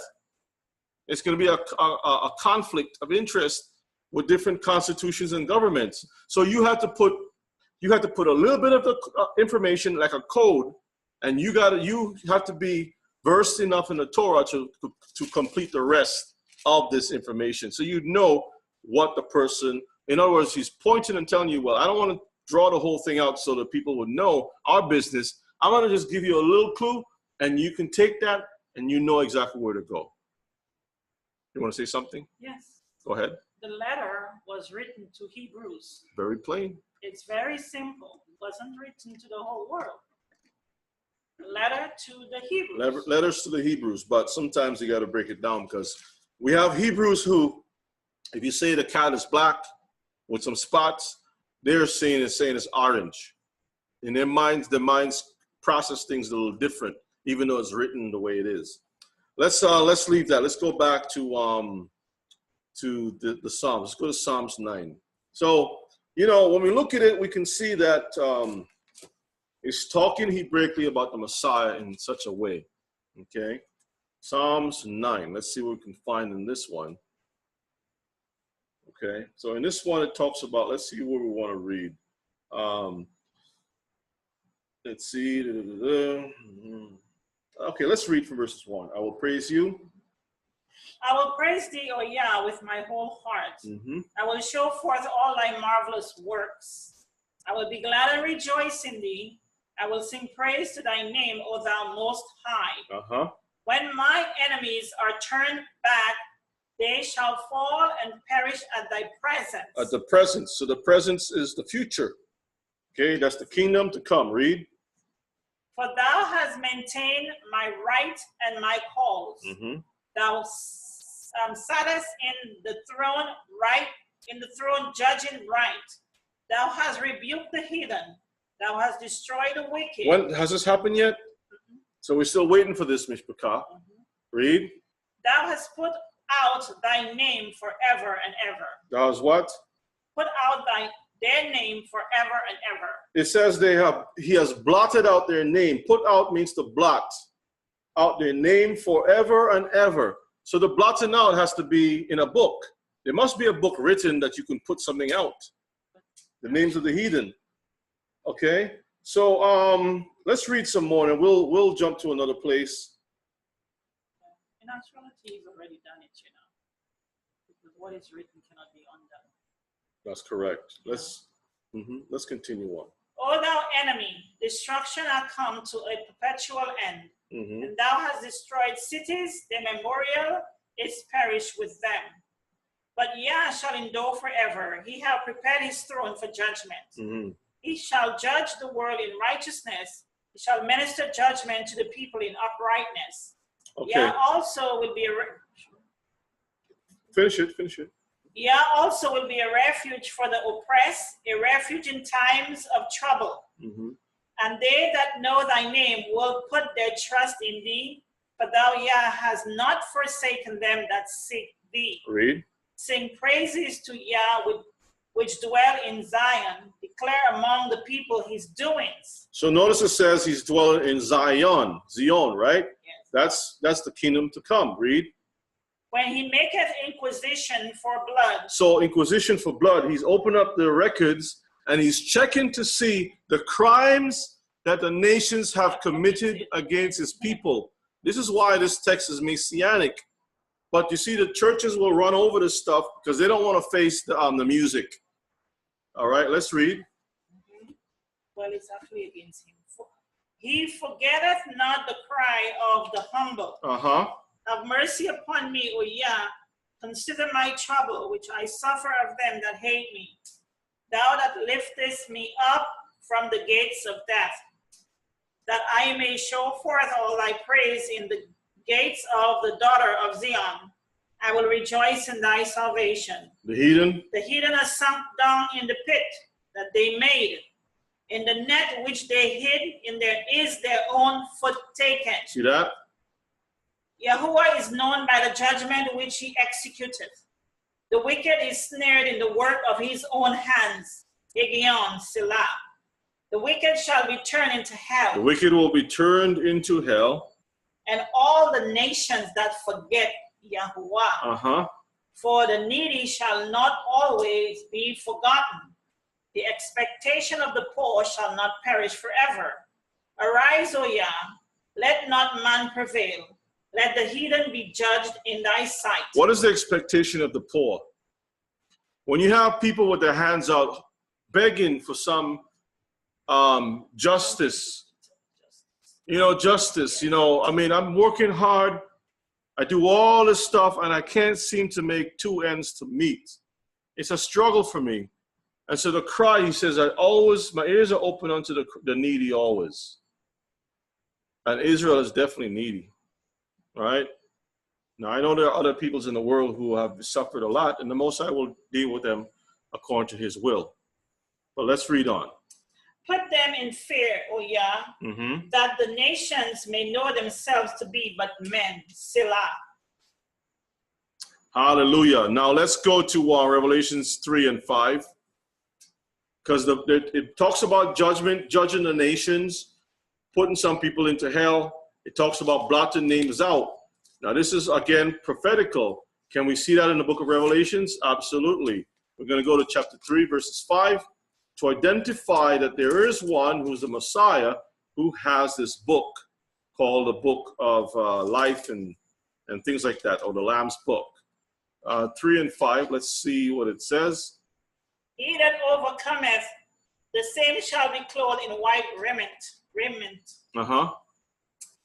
And I will not blot out his name out of the book of life, but I will confess his name before my Father and before his angels. So he's acting the role of a lawyer in a system of justice, judgment upon criminals, those who are supposed to be incarcerated or put into hell, and those who are supposed to be made free. And so all he's doing is like, listen, these people and I have a bond. They have done what is right. They need to be set free. And the other ones have committed the crimes. They need to be thrown into prison. So he has the records. He's the faithful witness also. Okay? He is the one who has the records to blot out and to also plead our case. Let's go to Revelations 13 and 8. You can tilt that thing towards you, tilt that towards you. Okay. 13 and 8. Just go ahead and tilt it towards you.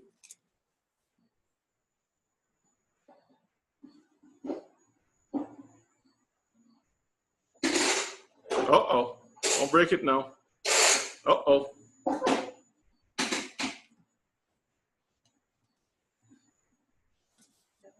Is that better? I think so. Okay. Has it driven the wicked away? Okay. So go ahead and read for me. 13 and verses 8. Okay. And all that dwell upon the earth shall worship him, whose names are not written in the book of life of the Lamb, slain from the foundation of the world. Notice it says the book of life of the Lamb. That is, the Messiah is in control of this book. So when you read Psalms chapter 9, it's talking about you have rebuked the heathen, you have destroyed the wicked, and you have done what? Removed their names, right? Blotted their names out. He's the one that's going to be able to do all these things, Mishpachah. See that? So this is a prophecy. Psalms 9 is a prophecy of the future. Now I know, give me 1 second, 36 of Sirach has some stuff in there, but I don't know if I want to go into that right now. I want to move on with the Psalms to go a little bit deeper into it. Let's see.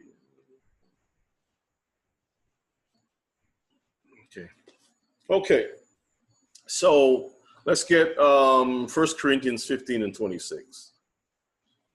1 Corinthians chapter 15, turn with me, and 26. Put down the popcorn, turn.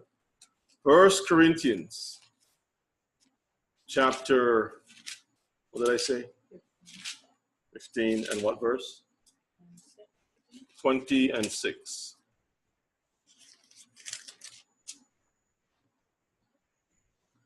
Go ahead and read. You want to read from 24? All right, let's read from verses 24. Then cometh the end, when he shall have delivered up the kingdom to Yah, even the Father. So he's going to deliver up the kingdom. So if he's delivering a kingdom, he has a kingdom, right? You have to have something to deliver, right? Yes. So he has a kingdom. Okay, read. When he shall have put down all rule and all authority and power. So he got to put down all the powers that be. Yeah. That means that they are going to be vassal kings. They'll be kings, but they're going to serve a king of kings. That's why his crown, Revelations 19, says he has many crowns. He's called the King of Kings, okay, Lord of Lords. Read. For he must reign till he have put all enemies under his feet. So he has to put down these enemies, Mishpachah. All right? He has to put them down. Does Christianity teach this? No, this says he's going to just destroy this earth, burn it up. Depends on which. It depends on which one of the rooms, the labyrinth, the maze that you go through. Because you go through this one, that's one denomination. You pass through the bushes, you go this way, it's another denomination. It's a maze, and you keep moving around in different mazes, all coming back to the same place. Some of you all, but thank the Most High that y'all just jumped over the whole thing, and just jumped through, just burned down the whole thing. and escape out of this trap. So they will tell you either he will burn everything up and everybody's going to evaporate into heaven, or some of them says, well, the wicked will be on this earth and we will be in heaven. He's going to rule over the wicked and we're going to be in heaven. So when are we going to rule? When are we going to have anything? Huh? We're not going to rule over anyone in heaven. They don't teach that. I don't see anywhere where the church teach we'll be ruling over anything in heaven. Okay? So let's read on. So he has to reign until he has put all enemies under his feet. Read. The last enemy that shall be destroyed is death. So the final enemy, Mishpachah, is death. That has to be destroyed. So if death is not destroyed, we're in trouble. Sin is still around. He has to rule. So if death is the last part of the project, where is sin? Sin is going to be around until that time. When you destroy death, sin is gone too. Okay? So that's the wages of sin is death. The wages of sin is death, right? Yeah. Okay. Let's read on some more. For he have put all things under his feet, but when he saith all things are put under him, it is manifest that he is accepted, which did put all things under him. Mm-hmm. And when all things shall be subdued unto him, then shall the Son also himself be subject unto him that put all things under him, that Yah may be all in all. See that? So after he has done his role, all the Father is doing is giving the Son the power to do things in his name for a time. When he has completed the task, then the Father is going to take everything back. It's like, this is the Father, the Son comes out of the Father, this is the image of the Father. So now you got the Son. Out of the Son came all of creation. Everything is just going out. But then when you reverse it back, it comes in reverse from creation back into the Son, from the Son back into the Father. Because everything came from him. It's so easy to understand. Everything returns back, okay? Everything returns back. Yes, it's a circle. Yeah, very easy. Let's go to Psalms 14 and 15. It talks about Israel's future. Let's take a look. Skip over to Psalms 14.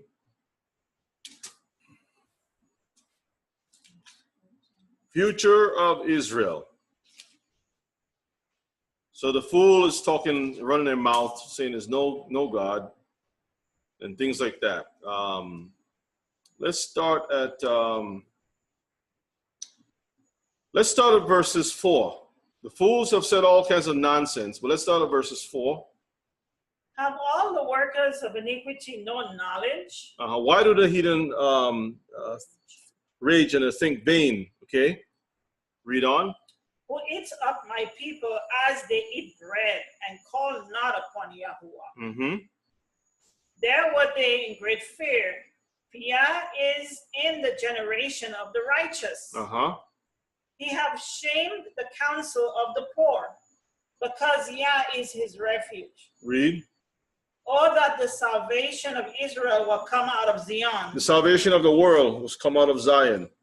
Oh, that the salvation of Israel will come out of Zion. See, the Psalms is telling you that the salvation pertains to Israel. Are we going to blot this out? Let's read. When Yah bringeth back the captivity of his people, Jacob shall rejoice and Israel shall be glad. Jacob is not known as Germans. Jacob is not known as British. Jacob is not known as any of these people. They can skew it all they want, but Jacob is dealing with Israel. It's a bloodline. It's a relationship. All these are prophecies that pertain to the Messiah and his relationship with Israel. Very simple. So this is what the future is talking. This Psalms is speaking about the wicked who are crazy in their thinking. Their intellect is crazy. And the Most High is looking at them like they're fools. You can't break protocol. You can't break anything. You're thinking you're running away, but you can't run away from this thing. It has to happen. And at the end, it begins with the fools and it ends with Israel. All right, now let's go to chapter 15. Chapter 15. Huh? Yes. Verses 1. Yeah, who shall abide in thy tabernacle? Uh-huh. Who shall dwell in thy holy hill? This is a question. Who has the right to go into this place, the set apart place? Read. He that walketh uprightly and worketh righteousness and speaketh the truth in his heart. Mm-hmm. He that backbiteth not with his tongue, nor doeth evil to his neighbor, Mm-hmm. nor taketh up a reproach against his neighbor, in whose eyes a vile person is contempt, but he honoreth them that fear Yahuwah. He that sweareth to his own hurt and changeth not. He that putteth not out his money to usury, nor taketh reward against the innocent. He that doeth these things shall never be moved. Now, the whole concept of usury is a Hebraic concept. We're not supposed to do usury with our brethren. Yes. So when you read this here, now we can see it mentions about your tabernacle and your holy hill. So we already have a clue. It's about Israel. But when you read the rest of it, if you don't put on your Hebraic lenses, you're not going to see that when it mentions usury is something that you can do to Gentiles, but you cannot do it to Israel. So what is this Psalms talking about? It's talking about the future, because we have already broken everything. Now it's saying, who's going to be able to come into your tabernacle? You have to be right. So in the future, are we going to be right? Are we going to be getting things right? Absolutely, Mishpachah. Absolutely. This is talking about the future of Israel, getting themselves right. We're not going to be selling, doing bribes, in the temple. We're not going to be trying to overcharge our brethren and all kinds of madness. We're not going to be doing none of this stuff. None of this stuff. Psalms 15, Mishpachah. That's where we're at. Psalms 15. Psalms 15. Let's move on. Let's examine some of the other stuff. Let's go to 16. And let's see some stuff about the Messiah pertaining to resurrection. All right, resurrection. So we're not going to read the whole thing. Let's read verses 1. We'll skip down to the. Read verses 1, and we'll skip down to verses 9. Preserve me, O Yah, for indeed do I put my trust. Go down to. So preserve me, Elohim. In you I put my trust. Now this is talking about the Messiah. And let's examine this. This is not David, but David saw the Messiah being resurrected from the grave. And therefore David had some hope when he was able to see in a vision, okay, prophetically speaking, the Messiah being resurrected. This guy who came from my loins, who I came from him, but he came from me first. But then later on he came out, and I'm seeing him as a flesh, just like me, with my crown. He's resurrecting. And therefore that has given me hope that I too was going to be resurrected. Let's get that in verse 8. If David is his son, how was David's father? That's right. It's a question. And they were puzzled. If David is his father, how is he his son? Yes, exactly. Let's get skip on to verses 8. Let's read from there. I have set Yah always before me, because he's at my right hand, I shall not be moved. Therefore, my heart is glad, and my glory rejoiceth. My flesh also shall rest in hope. So David is hoping. Read. For thou wilt not leave my soul in hell, neither wilt thou suffer thine Holy One to see corruption. So that's not talking about David per se, but yes, David is not going to, he saw corruption, yes, but his soul will not stay in hell. Yes. So who is it talking about? The Messiah. Okay. Messiah. Let me see if we want to read some more. And that's Acts 2, 25, 35. Let's read it. Acts 2, 25. Acts 2:31, really, but let's see. 25 to 35, I said. But No, Okay. read whichever one. Okay, that's fine. So again, what we're trying to do, my family, is for us to return to seeing things from the Hebraic perspective, the concept. So when we read it, we're not reading like Christians. Right. We're reading as Hebrews. Yes. And understanding things as Hebrews. Okay. Yes, because when you read the verse further up, it shall he men of Israel. He was speaking to the men of Israel. Men of Israel. Yes. That's correct. And then in verse 25, he says, for David speaketh concerning him. Acts 2:25. Acts 2:25. Read. For David speaketh concerning him. I foresaw Yah always before my face, for he is on my right hand, that I should not be moved. Mm-hmm. Therefore did my heart rejoice, and my tongue was glad. Moreover also my flesh shall rest in hope, because thou wilt not leave my soul in hell, neither wilt thou suffer thine Holy One to see corruption. Thou hast made known to me the ways of life. Thou shalt make me full of joy with thy countenance. Read. It says, men and brethren, let me freely speak unto you of the patriarch David. So David, the patriarch. Yes. That he is both dead and buried, and his sepulchre is with us unto this day. His grave is here with us today. Therefore, being a prophet. Being what? A prophet. David is a prophet. Read. And knowing that Yah have sworn with an oath to him, that of the fruit of his loins. Is that Solomon? Nope. Absolutely no. Okay, read. According to the flesh, he would raise up the Messiah to sit on his throne. Verses 31. He's seen this before, spake of the resurrection of the Messiah. So when David is speaking of the resurrection of the Messiah, that's what we have called Psalms what?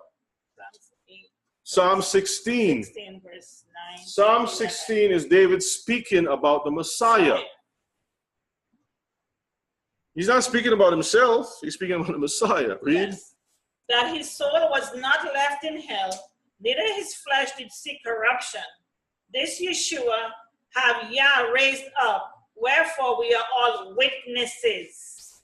Therefore, being by the right hand of Yah exalted, and having received of the Father the promise of the Holy Spirit, he has shed forth this which you now see and hear.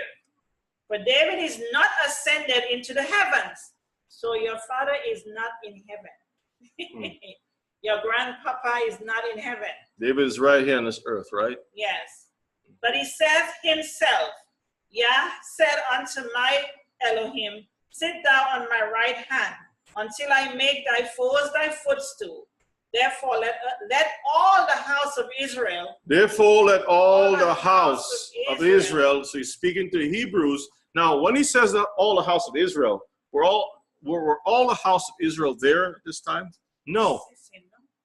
They were not there. Now we had the beginning of Acts chapter 2, you had Hebrews from different locations. But remember, you had a lot of Hebrews that were not there at all. So this is still prophetic. It still has to come. Okay. But remember, in Acts 2, it mentioned Jews of all places. It didn't say the northern kingdom. Nothing to do with the rest of the tribes of Israel. So I'll finish that up and let's go back to the Psalms. Therefore, let all the house of Israel know assuredly that Yah have made that same Yeshua, whom you have crucified, both Adonai and the Messiah anointed. Hallelujah. So David was prophesying in Psalm 16 about the role of the Messiah, Mishpachah. And this is why the disciples were able to, through the Spirit, the Ruach HaKodesh, they were able to see these things and make it known to the people in the volume of the book. Because they didn't have a book of Acts. Nope. See, we are too lazy. Christianity has given us so much milk that we have not developed the capacity or the mindset of understanding the scriptures. Powdered anything milk. At all. We don't understand anything. Infamil. Powdered milk. Some synthetic stuff. Yes. Synthetic means that you have the commentary is more important than everything else. Yeah. A lot of commentary and one little, probably mismention the scripture, like saying, well, it is milk but everything is not milk. When you look at the ingredients, there's nothing to do with milk. Soy, sugar, lecithin, casein, all kinds of byproducts, but it's not the real stuff. That's commentary. What it's primary. Luther talked about, Yes. and what some of these other theologians spoke about, Spurgeon and this one and that one. And people keep talking this stuff over and over like these men are important. Yes. These men are not important to us. These are not Hebrews. Exactly. I don't care about these people. And that's their private interpretation. But the scriptures are of no private interpretation. Let's go now to Psalms 18. You're going to see a little bit of resurrection some more. So again? No, you're good. So you need to be loud. Psalms 18. We're going to see some more. It's pretty long, so we're not going to read all of it. Some of these Psalms are pretty long. But what we're going to look at is that it touches on resurrection, because Psalm 16, the theme of that is about resurrection. Psalms 18 speaks about the resurrection also. And we're going to see some of that too. Let me see where I want to start. Psalms 18. Let's start at verses. Let's start at verses 1. We'll skip through a little bit. Verses 1. Verses 1. I will love thee, O Yah, my strength. Mm-hmm. Yah is my rock and my fortress and my deliverer.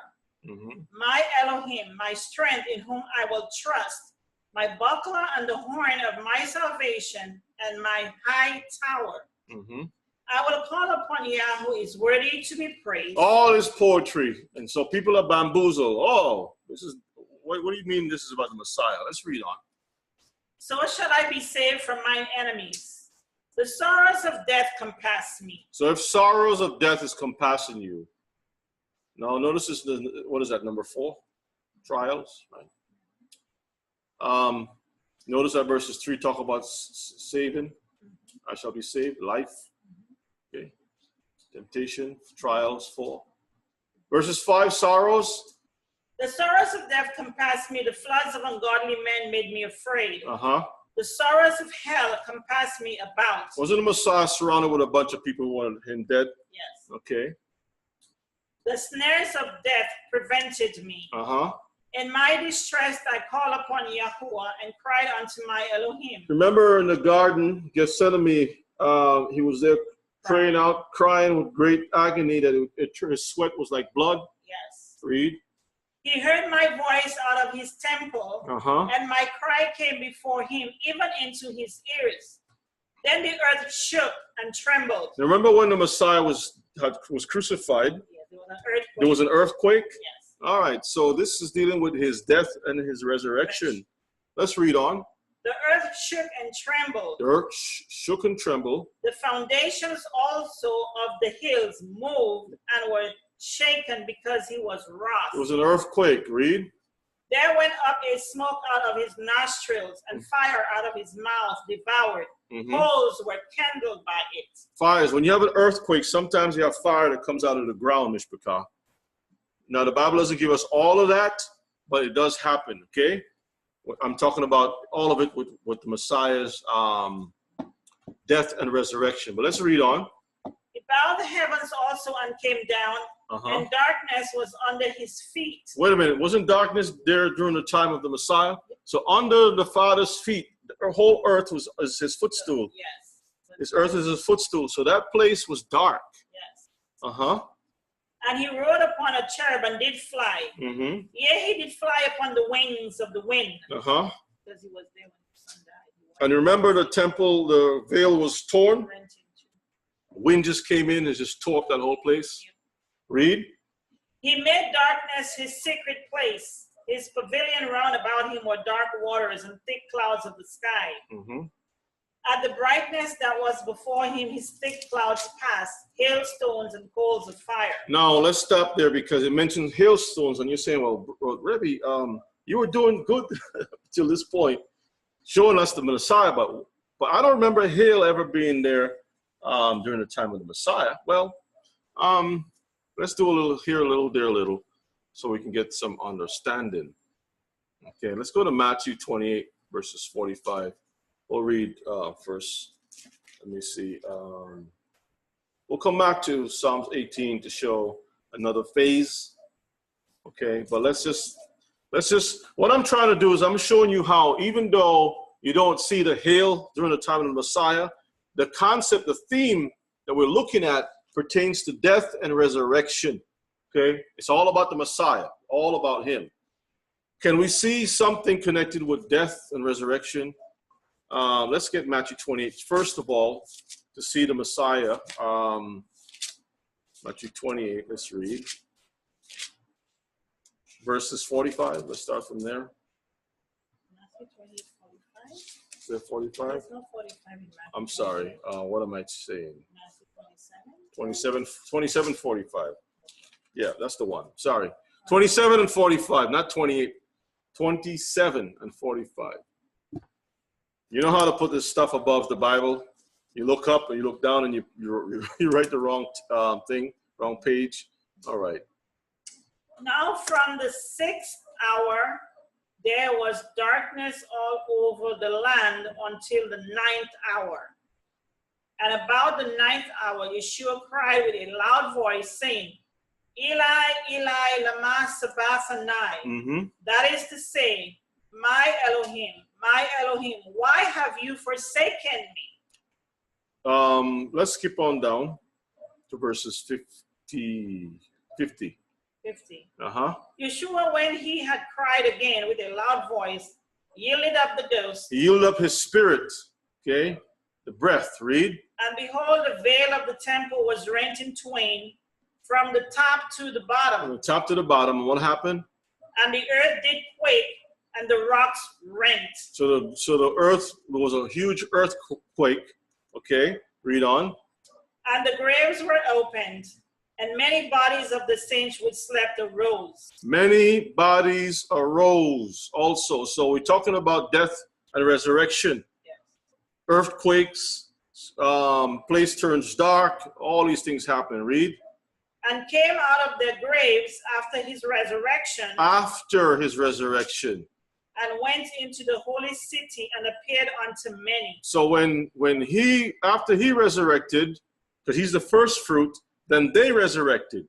Because if he stopped there, you think, well, he died and they resurrected before him, then they will be the first fruits. But he was the one who resurrected himself, and then they followed after him. Okay, read. Now when the centurion and they that were with him, watching Yeshua, saw the earthquake and those things that were done, they feared greatly, saying, truly, this was the Son of Yah. All right, so all I wanted to do is just establish the time that Yeshua died. You had these events, darkness, you had earthquakes, wind coming through, or the power of the Spirit coming through, tearing things up, violently tearing things up, scaring all the people. Now let's go to Revelations chapter 11. We're going to read verses 15. Revelations 11, book of Revelations chapter 11, verses 15 to 19. The theme, we're connecting themes with themes, okay? Sometimes you don't see one piece, so you think, well, it didn't happen. But the Bible will give you a little something else with the same theme in another place. Let us know that they're all connected, okay? So let's go to Revelations 11 and verses 15. Let's start from there to 19.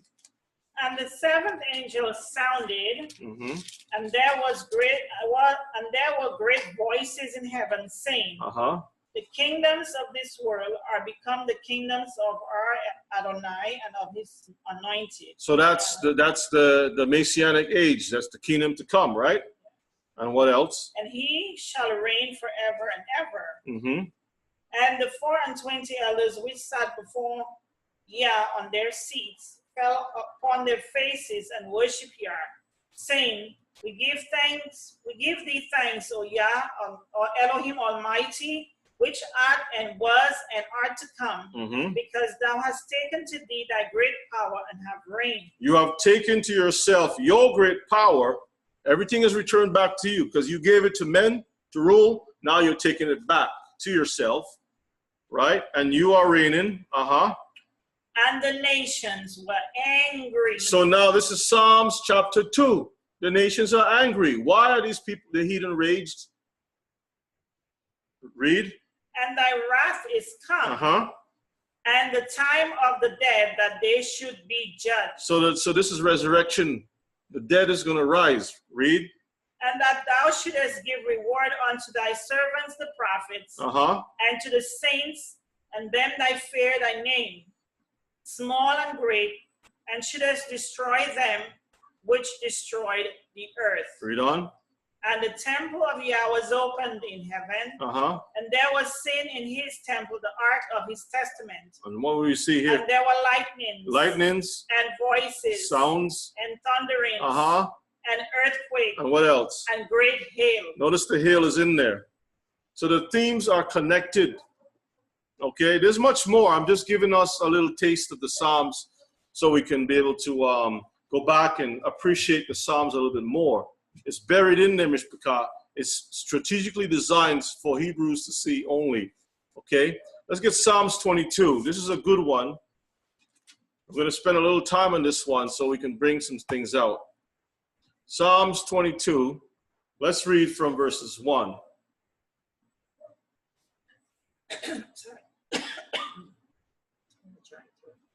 My Elohim, why hast thou forsaken me? Why art thou so far from helping me and from the words of my roaring? O my Elohim, I cry in the daytime, but thou hearest not, and in the night season, and I'm not silent. Now, right away, verses 1, let us know this is connected to the Messiah, because these are his words. My God, why hast you forsaken me? Right? Now, if you want to know that this is connected to the Messiah's death, all you have to do is look at verses 2. Because when did the Messiah die? Did he die at nighttime? He died in the daytime. So let's read verses 2 again. Oh, my Elohim, I cry in the daytime. So he cried in the daytime, Mishpachah, because the Psalms is pointing out that the Messiah is going to cry out. And when he does this, it will be in the daytime. Not the nighttime, not in the evening. Okay? Go ahead. But thou hearest not, and in the night season, and I'm not silent. But thou art holy, O thou that inhabitest the praises of Israel. So he's the one who's dying for the behalf of Israel. All the things that they did fell upon him. He absorbed it into himself. Okay, read on. Our fathers trusted in thee. No, it says the fathers trusted in thee. They trusted, and thou didst deliver them. They cried unto thee and were delivered. Now, this is the same language that was used in the road to Emmaus. When after the resurrection was over, or not the resurrection, the death was over. You had the disciples. They knew he was the Messiah, but then they started to question. Right? It says, well, we had hoped that he was the one. Let's get that in, what was that again? Road to Emmaus, is that Luke? Yes, Luke 24. Let's take a peek at that. Luke 24. Look at the language, and you can see how this is all tied back into the Messiah. Luke 24, and we'll pick it up at verses... Verse 21, but we trusted that he would have been redeemed So Israel. let's read verses 21. Actually, yeah, 21. Y'all can read the whole thing. I'm just jumping straight to the text, okay, for time's sake. But we trusted that it had been he which should have redeemed Israel. And besides all this, today is the third day since these things were done. So keep your finger on that. Let's go back to Psalms 22. It says, verses 5. And they cried unto you. And were delivered. They trusted in thee and were not confounded. No, I'm sorry, verses 4. Sorry. Our fathers trusted in thee. They trusted and thou didst deliver them. So we find that the people themselves was hoping that he would be the Messiah, okay? But that's the reason why he turned back and says, you fools, don't you remember what was written before? You're supposed to be sound in your trust. You're not supposed to be wavering at all. All the signs that I did, everything that I did, proved that I was the Messiah. And now you're walking down the street saying, well, we was hoping that he was the one. But the Bible says in the past times, our fathers saw the signs and the wonders that occurred. All the things that was done in Egypt was to demonstrate that he can deliver us, to set the standard to know in the future we should always trust in our Elohim and not be doubting for deliverance and things like that, okay? Let's read on. Let's read through it some more. Verse 5, they cried unto thee and were delivered. They trusted in thee and were not confounded. But I am a worm and no man, a reproach of men and despised of the people. All they that see me laugh me to scorn. They shoot out the lip, they shake the head, saying, he trusted on Yah, that he would deliver him. Let him deliver him, seeing he delighted in him. Now let's pause for a moment, because when it says, I am a worm and no man, when worms compass you, like Job was compassed with all his sicknesses, it is a sign that you are going to die. If you see a bunch of worms on your body eating out your flesh, the next step is death, not life. Okay? So this is speaking about the death and resurrection of the Messiah. But it also brings us to that point where the Messiah himself was about to die. Because when he was on the tree, wasn't there some people that were saying, let's leave him alone? Let's go to Matthew chapter 27. And let's look at verses 38 to 40. Matthew, Mishpachah, 27. Let's compare the language of verses 7 and 8. Matthew 27, 38, we'll read that, 38 to 44. Matthew 27, 38 to 44. Let's read. Then were there two thieves crucified with him, one on the right hand and the other on the left. And they that passed by reviled him, wagging their heads. So you had a lot of people laughing him to scorn, shaking their heads like, look at this dude. Go ahead. And saying, thou that destroyest the temple and buildest it in 3 days, save thyself, if thou be the son of Yah. They're making a joke of him because the temple was still standing, and they're seeing that the guy who says the temple was going to be destroyed, that he was dead and the temple is still standing. But they didn't understood that it was him. He was talking about himself as the temple. He is a temple.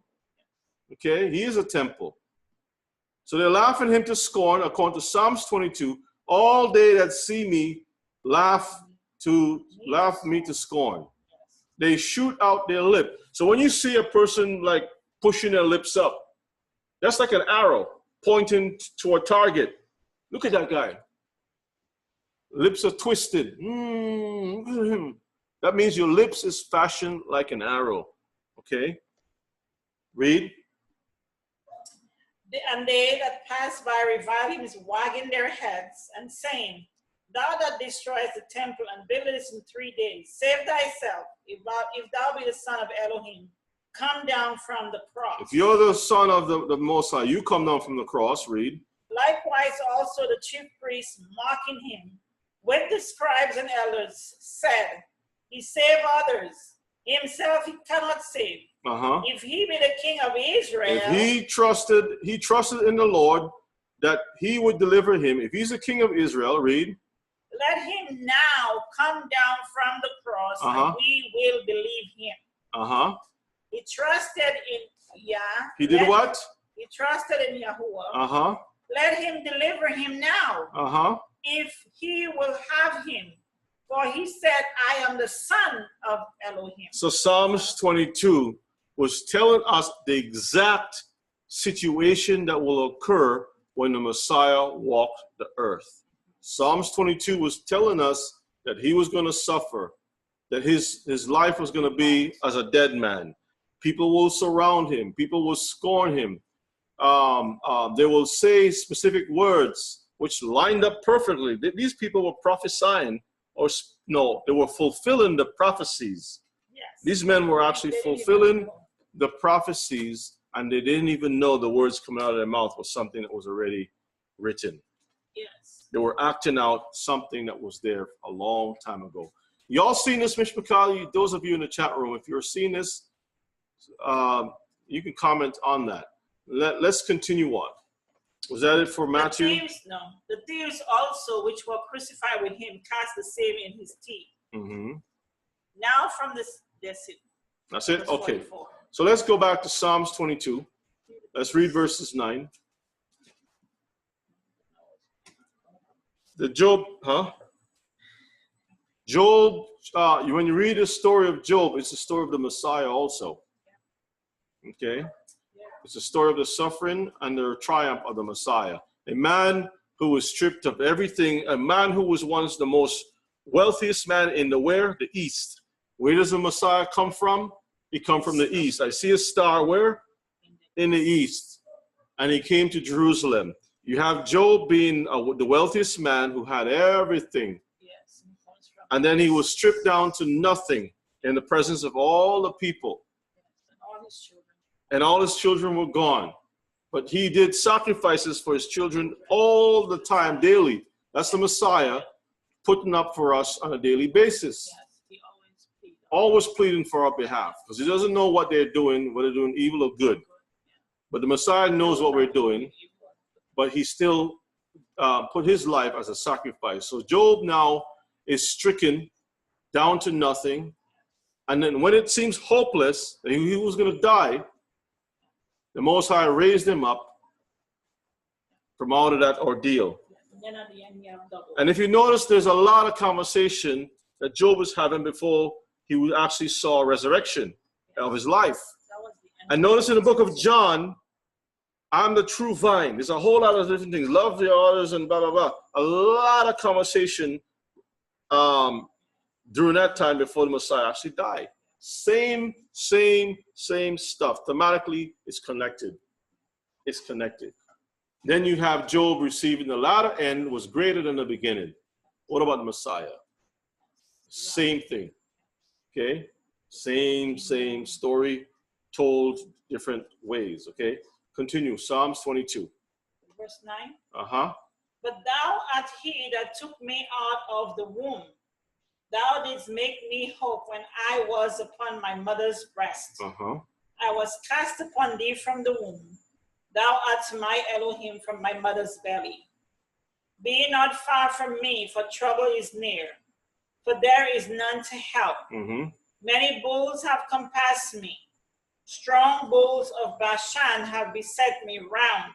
Let me ask the Mishpachah in the chat room to please do a, if you have a Zondervan Bible Dictionary, turn to page number 70 and tell me what the word Bashan means. Look that up and tell me the history, the background behind Bashan.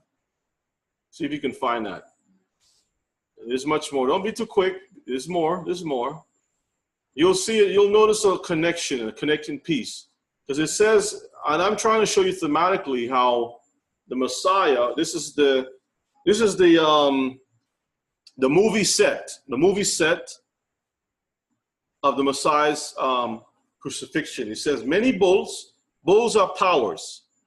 Bulls were worshipped, oxen, men who wanted to be as gods. There was one particular man in particular who died of worms. What was he called? What is his name called?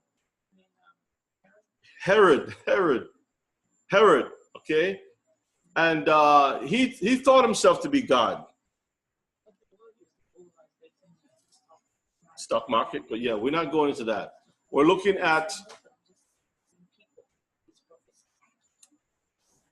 we don't want to go too deep. Continue on, keep searching, you'll see some connecting piece. If you have the Zondervan Bible Dictionary, turn to page 70, and pull up Bashan and read for me what it says. I know one of y'all have it. Y'all should have it. Somebody should have it. I don't have it with me. I couldn't take all the books with me and no, they don't have it online that I can look at it that way. All right, so let's continue on. Strongholds of Bashan. When y'all get it, you'll post it, and I'll tell you if it's correct or not. Have beset me round. So you got these powers that be, men who wanted to be as God. People should give them the respect and worship them. Some to be worshipped, some wanted to have the reverence, whatever it is. Surrounding the Messiah. He says, great granaries of the Roman Empire. And he says, east of Jordan. Now, that is somewhat correct, because I'll just tell you Bashan. Bashan is connected to a people called the Nabateans or something like that. Somewhere along the lines that Esau took over. The Edomites took over, and it's connected to Herod. Okay? They use the same thing as this the Edomites. They still do. I know, but we don't want to go too deep that we lose connection. Okay, let's try to stay on point right now. So many bulls have compassed about me. Go ahead and read. Compassed me about. Yes. Verses 12. Many bulls have compassed me, strong bulls of Bashan have beset me round. They gaped upon me with their mouths as a ravening and a roaring lion. I am poured out like water, and all my bones are out of joint. My heart is like wax, it is melted in the midst of my bowels. I am poured out like waters, like You're deprived of sustenance. Yes, that's correct, Susanna, Sister Lydia, Brother Bill. That is correct. The connecting piece is it connects back to Edom. Now remember, the Messiah himself was under trial by Romans and also Edomite from, well, the Romans are Edomites, but also Herod's family, okay? Including the kingdom of Herod. That is correct. So prophetically speaking, it's letting us know that the Messiah is going to be under the punishment of the Herodians, okay? Rome. But it says, I'm poured out like water, all my bones are out of joint, dislocation. My heart is like wax, it is melted in the midst of my body. Read on, verse 15. My strength is dried up like a potsherd, which is Job. That is Job, right? My strength dried up like a potsherd. A potsherd is a piece of pottery that is broken. So now when he's broken, all the life is coming out of him. Joseph was pulled out of a dry well. The fact that there was nothing in there, that means there's no life in that well. There's no, that dry well means there's no life, nothing to sustain life. So thematically speaking, is let us know that Joseph was going to be going on into the pits of hell, and he was going to rise up again later on. Okay? He was marked for death, going into prison. Dry wells, prison. Jeremiah, prison in a well. Okay? This is all types of Messianic types. Eliyahu, Bashami is smooth for, see Galilee, Abraham, You're giving us the whole dictionary, Eliyahu. It's occupied, Rephaim, that's right. It was included in the kingdom of Herod the Great, and then belonged to Philip, Herod's son. So it shows us the connecting piece to the Messiah. But let's get some more. And I see Sister Susanna already. Yes, I appreciate that, Brother Eliyahu. No problem. Thank you so much. So let's look at that. Let's look and see the other pieces that connects to the Messiah with these heathen Gentiles, okay? Read on, verses 15, continuing. My strength is dried up like a potsherd, and my tongue cleaveth to my jaws. Like a person drained of moisture. Read. And thou hast brought me into the dust of death. For dogs have compassed me. The assembly of the wicked have enclosed me. They pierced my hands and my feet. All right, so it's when it says the dogs The dogs have done what? Surrounded me. And that's correct, Sister Susanna. Compassed by dogs. What are the dogs, brethren? The dogs are who? That's a Hebraic idiom. Gentiles, that is correct. Definitely the heathen, okay? So you see the bulls, you see the dogs. You had the bulls who wanted to have their worship. That's the Sanhedrin and all those other people. And these other confederacies. And when you see the dogs, that's correct. The Romans are the ones who are considered to be the dogs. So it's telling us, thematically speaking, what's going to happen to the Messiah. It's just bringing us on the movie set and showing us everything that's going to happen. Okay, green screen and everything. All right. So this is exactly what happened to a Messiah. His hands and his feet were pierced. Let's read on, verse 17.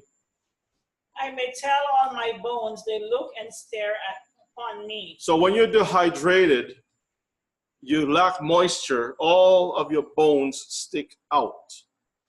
Okay, and the dogs love that. They love bones, right? Read on. They part my garments among them and cast lots for my vesture. So we read this before, where when you read the book, it says that they took his garments and they gambled for his garments. Okay, that's all about the Messiah. Let's read on. Be not thou far from me, O Yah, O my strength, haste thee to help me. Deliver my soul from the sword, my darling from the power of the dog. The power of the dog. So the dog is in full control. Full control, Mishpachah. And so we have this prophecy about the Gentile Romans. Okay, you want to say something? Because he was in the garden, he said, let this cup pass from me. Nevertheless, not as I will, but as thou wilt. That's why he says, help me, deliver me. Deliver me, help me, Father, help me. Yes. But he had to go through it for the sake of Israel. Let's read on. Deliver my soul from the sword, my darling from the power of the dog. Save me from the lion's mouth. That's correct, Brother Eliyahu. That's these nations themselves, they really behave like dogs. They really do. But notice this, read that again. Save me from the lion's mouth. For thou hast heard me from the horn of the unicorn. Now, when we see this, it's pushing us back to Daniel.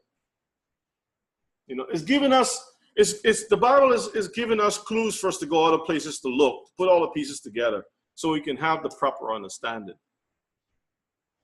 Save me from the lion's mouth, for you have heard me from the horns of the unicorn, the powers that be. Yes. Let's continue. Verses 22. I will declare thy name unto my brethren. In the midst of the congregation will I praise thee. Notice it says, I will declare your name to the whole world. The whole world, Mishpachah. It doesn't say that. It doesn't say that. I will declare your name to my brethren. In the midst of the who? Congregation. The congregation, I will praise you. Read. Ye that fear Yah, praise him, all his seed of Jacob. Glorify him. The seed of Jacob, they're the ones who will be glorifying him. And fear him, all his seed of Israel. For he have not despised nor abhorred the affliction of the afflicted. Neither have he hid his face from him. But when he cried unto him, he heard. So the same way David was looking at this prophecy about this man who died and resurrected, it gave him hope, right? And when we look to the Messiah, this is why the disciples are always pushing, keep our eye on the Messiah, keep our eyes on the Messiah. Because the same way that he was surrounded, the same way he was afflicted, because we were afflicted. And he's telling us, listen, I know you're all afflicted. And I'm giving you what I've been through so you can see how I came out of this thing. You're not forgotten. Even though you go down to the grave, you're going to be resurrected from the grave. Hallelujah. And we as a people, Israelites as a people, we are pretty much going down into the grave. And he's given us that hope that we should always trust in him, that he can deliver us. Mishpachah. All we have to do is look at his life. He is a seed pod of everything dealing with Israel. Okay? The prophets was talking about a relationship between the Messiah and his people, which is Israel. Let's read on. Where did you stop? Verse 24, now verse 25, okay. My praise shall be of thee in the great congregation. Mm-hmm. I will pay my vows before them that fear him. Uh-huh. The meek shall eat and be satisfied. They shall praise Yah that seek him. Now, it didn't say, did it just say congregation? It says great congregation. Yeah. That's the 12 tribes. The two houses together. That's right. Restored. Read. All the ends of the world shall remember and turn unto Yah. Now let's pause for a moment, because it's saying all the ends of the world shall remember and turn unto the Most High. Now, first off, there's an order of things. And Zechariah chapter 10 verses 9 speaks of that. You want to turn there real quick? No, he's actually talking about without end. That's Israel. Yeah, I know. I know. That's why we're going to go to Zechariah 10 verses 9. It's talking about Israel. Those who remember. First order, those that will remember and turn is going to be Israel. Then the second phase of that is dealing with those heathen nations that has to worship him. Let's get that, Zechariah.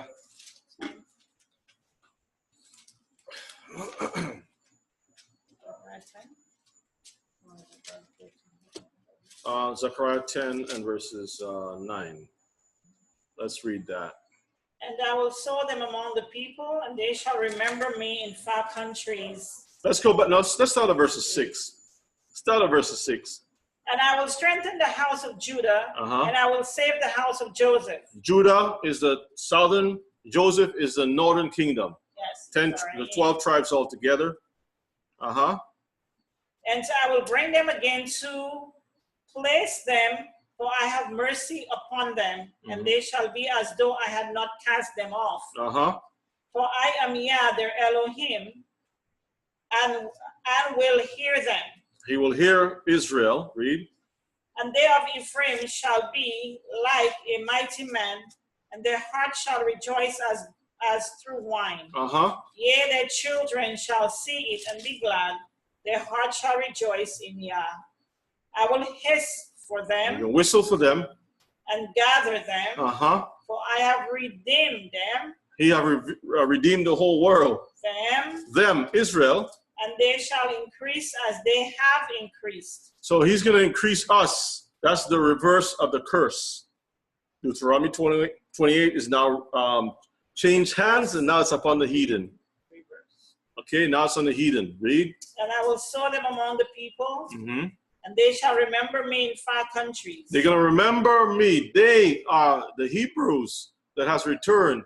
We are the ones that's going to remember him in far countries, and they shall live with their children and turn again. That's all we need from that. So in Psalms chapter 22, all the ends of the world shall remember me and turn unto me.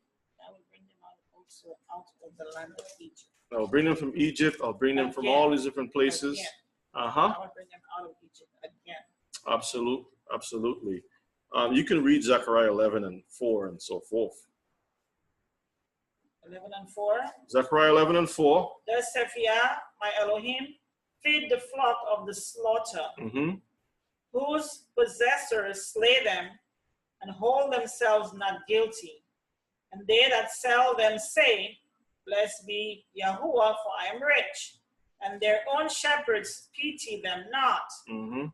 For I will no more pity the inhabitants of the land, saith Yah. But lo, I will deliver the men, every one into his neighbor's hand. So that was the past stuff of what happened to us. You can stop there. That's fine. That's the past of what happened to us because of the curses.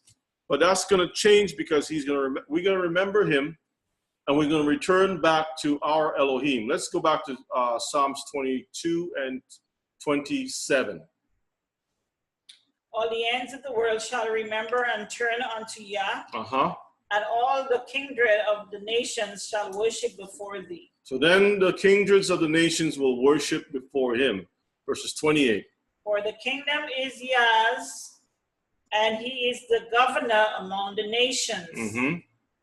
All they that be fat upon earth shall eat and worship. Mm-hmm. All they that go down to the dust shall bow before him. So who's the fat now? Who's going to be the fat ones? The fat ones is going to be Israel. Why? Because the Bible prophesied saying we will suck the milk of the Gentiles.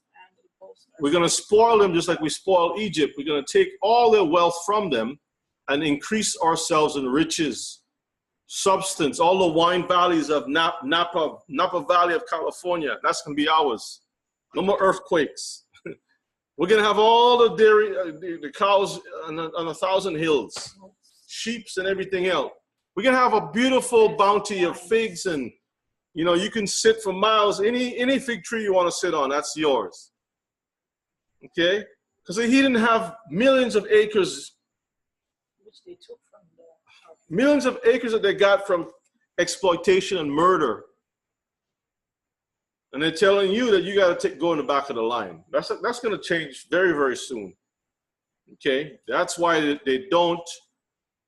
If the heathen is the one sponsoring the churches, setting up, putting money into the seminaries and sponsoring this and that or whatever it is. Because when the president's running for office, all of the presidents have to go to pastors to get, what do you call it? Not sponsors. They need to get the pat on the shoulder, basically. The green light. The approval. Okay? Endorsed, that's the word I'm looking for. They need to get endorsed by these pastors. And then have a public meeting, everybody can see. If they want the Hebrews, they get the knucklehead Black Baptist pastors to show up and do a news press and, yeah, I'm supporting Trump, I'm supporting this one, whatever it is. And that's what they do. So you have the political parties putting money into the religious, and the religious is supporting the political. Okay? But the Most High is going to turn the whole thing upside down. Whereas we are going to take all of the finances from these people, and they will be the ones that will be serving us. Hallelujah. Let's read on some more. Verse 29. And they that be fat upon the earth shall eat and worship. And they that go down to the dust shall bow before him. That's the heathen that's going to bow and kiss his boot. And none can keep alive his own soul. And that's in the future. None can keep alive his own soul because he has the keys to what? Death and life. Let's continue on. A seed shall serve him. Now, what does it mean by a seed? It says a seed shall serve him. Let's go to verses 23 and read. Verses 23. Mm-hmm. Yeah. He that fear, praise him, all his seed of Jacob. You that fear him, fear the Most High, praise him. All ye the seed of who? Jacob. Let's go back to verses 30. Fear him, all his seed of Israel. The seed of Israel. Seed. A seed shall serve him. A seed, which is Israelites, shall serve him. It shall be accounted to Yah for a generation. They shall come and shall declare his righteousness unto a people that shall be born, that he have done this. People that will be born, not just born as a nation, being born, but also physically as people being born too. This is beautiful. We'll take one more and I'm going to say shalom. So these are the prophecies about the Messiah, Messianic prophecies right in the Psalms. We already know Psalms 23. Let's go to Psalms 24. Let's read Psalms 24. The earth is Yah's and the fullness thereof, the world and them that dwell therein. For he hath founded it upon the seas and established it upon the floods. So when he takes full control of the earth, everybody's going to say the earth belongs to him. The earth is the Lord and the fullness thereof. It will be proclaimed throughout the whole entire earth. Okay, verses 3. Who shall ascend into the hill of Yah? Or who shall stand in his holy place? No, we talked about this before. Didn't we read this before? Yeah, who's going to come up into this temple? Read. He that have clean hands and a pure heart. So who's the one that has pure hands and a clean heart? Who have not lifted up his soul unto vanity, nor sworn deceitfully. Who has done all this? It's the Messiah, right? Yes. He shall receive the blessing from Yah and righteousness from Elohim of his salvation. This is the generation of them that seek him, that seek thy face, O Jacob, Selah. Hallelujah. Lift up your heads, O ye gates, and be he lifted up, ye everlasting doors, and the King of glory shall come in. Who is this King of glory? Yahuwah strong and mighty, Yah mighty in battle. Lift up your heads, O ye gates, even lift them up, ye everlasting doors, and the King of glory shall come in. Who is this King of glory? Yah of hosts, he is the King of glory, Salah. See that? So this is a prophecy to scream out, knowing that the Most High is bringing back Israel. It's all about the Messiah, and it's all about his bride. And I know the world likes to, mix mash things or whatever, but that's what it is. You're talking about men who look at these texts and saw the Messiah in the text and saw Israel in the text, and were going out and trying to tell the people, you've been reading this all along. You just haven't put two and two together. And when they saw it, it's like, oh, man, I can't believe it. But then here comes disobedience, temple destroyed, and then you have scattering of Israel, the power's taken away from us, now we're suppressed, and then you have the heathen taking our stuff and saying, well, hey, let us just add a little bit of this and that in there, and we can sell it back to them. And this is why we're still in this mess, Mishpachah. Now, when you read Psalms 25, let's just pull a few little pops here, there, and everywhere. Let's skip through some stuff. Psalms 25, just read for me. Let's read verses 13 real quick. We're almost done. Almost done. His soul shall dwell at ease, and his seed shall inherit the earth. The seed shall inherit what? The earth. So the Psalms is telling us that we're not flying up to no heaven. We're going to be inheriting the earth, okay? Let's read verses 22. Redeem Israel, O Yah, out of all his troubles. Redeem who? Israel. Israel from their troubles, right? Again, it's talking about Israel. Let me skip through. Let's see what else we want. Let me give you all a good one. Okay, let's go to Psalms. Let's go to Psalms. Let's go to the Messianic Psalm 70. 28, 29, all of them. I know, but I want to go to a middle part, just to give some little jewels before we close up, okay? Let's go to Psalms.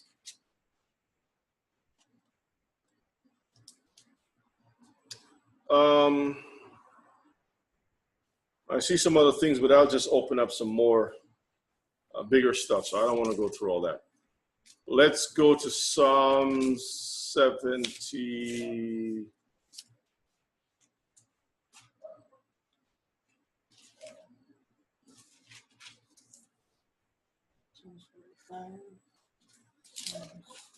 Well, Psalm 67, let's read that real quick. It's a short one.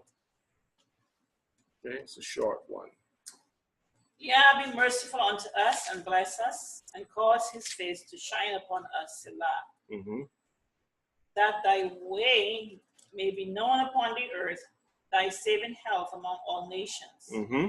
Let the people praise thee, O Yah, let all the people praise thee.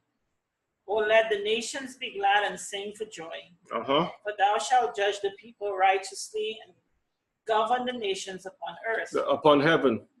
Upon earth. Upon the earth he's governing the nations, read. Let the people praise thee, O Yah, let all the people praise thee. Then shall the earth yield her increase, and Yah, even our own Elohim, shall bless us. So there's an order of things. You can't, you throw Israel away, you're not going to have any peace on this earth. Read on. Yah shall bless us, and all the ends of the earth shall fear him. Psalm 68, let's go to verses 29. Because of thy temple at Jerusalem, because of your temple in Jerusalem, shall kings bring presents unto thee. Kings will bring presents unto you. We read that in Tobit, right? Tobit said the same thing.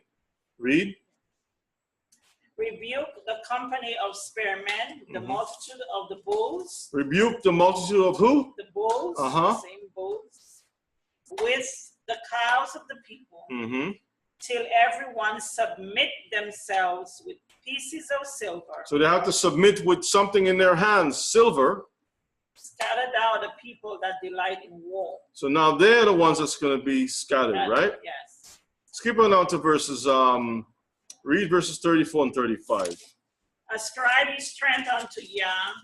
His excellency is over Israel, and his strength is in the clouds. O Yah, thou art terrible out of thy holy places. The Elohim of Israel is he that giveth strength and power unto his people. Blessed he gives strength and power to the world. His people. To his people, read. Blessed be Yahuwah. Let's go to Psalm 72, verses 9. Psalm 72, verses 9. They that dwell in the wilderness shall bow before him, and his enemies shall lick the dust. The enemies will lick the dust. Verses 10. The kings of Tarshish and of the isles shall bring presents. The king of Sheba and Seba shall offer gifts. Yea, all kings shall fall down before him. All nations shall serve him. Verses, go ahead. For he shall deliver the needy when he crieth, the poor also, and him that have no helper. Let's skip on to verses 18. Blessed be Yahuwah Elohim, the Elohim of Israel, who only doeth wondrous things, and blessed be his glorious name forever, and let the whole earth be filled with his glory. Amen and amen. All right. So Mishpachah, when we go through the Psalms, Psalm 74 speaks about, remember your congregation, which you have purchased of old, Psalm 74. The rod of your inheritance. Remember, not to forget, because when you forget something, that is not important. It's not important anymore. Psalm 73 is good. But Psalm 74, remember your congregation, which you have purchased of old, not New Testament, but of old. The rod of your inheritance, which you have redeemed. So when did he purchase us? He bought us out of Egypt. Okay? All right. You read that, it speaks about that connecting piece. Verses 8 says, they said in their hearts, let us destroy them together. They have burnt up all the synagogues of Elohim in the land. We see not our signs. There's no more what? No more prophet. Neither is there among us any that knoweth how long. Okay? So this is all about Israel. All about the congregation of the house of Israel. And when you continue throughout the Psalms, you're going to see it's talking about Israel, Israel, Israel, Israel, Israel, Israel. Okay? All through the book. So with that said, Mishpachah, in the volume of the book, it is definitely written about me. I mean about the Messiah, but let's read Psalms 94 and 14. It says for Psalms 94 and 14, for Yahuwah will not cast off his people, neither will he forsake his inheritance. That's Psalms 94 and 14. Again, when you keep flipping through, you're going to see the same thing throughout the volume of the book. I hope you all are excited about what you have. Yes, Maisha was saying, if you spend more time reading the Psalms, you will see Psalms 105, and he gave them the lands of the heathen, and they inherited the labor of the people. See that? All of the Psalms speak about Israel. Spend time in the Word, brothers and sisters. So we have Susanna saying 125. Let me see. 125.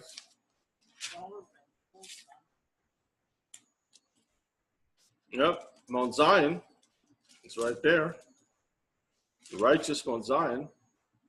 Peace shall be upon Israel. As for such as turn aside unto their crooked ways, Yahuwah shall lead them away with the workers of iniquity. But peace shall be upon Israel.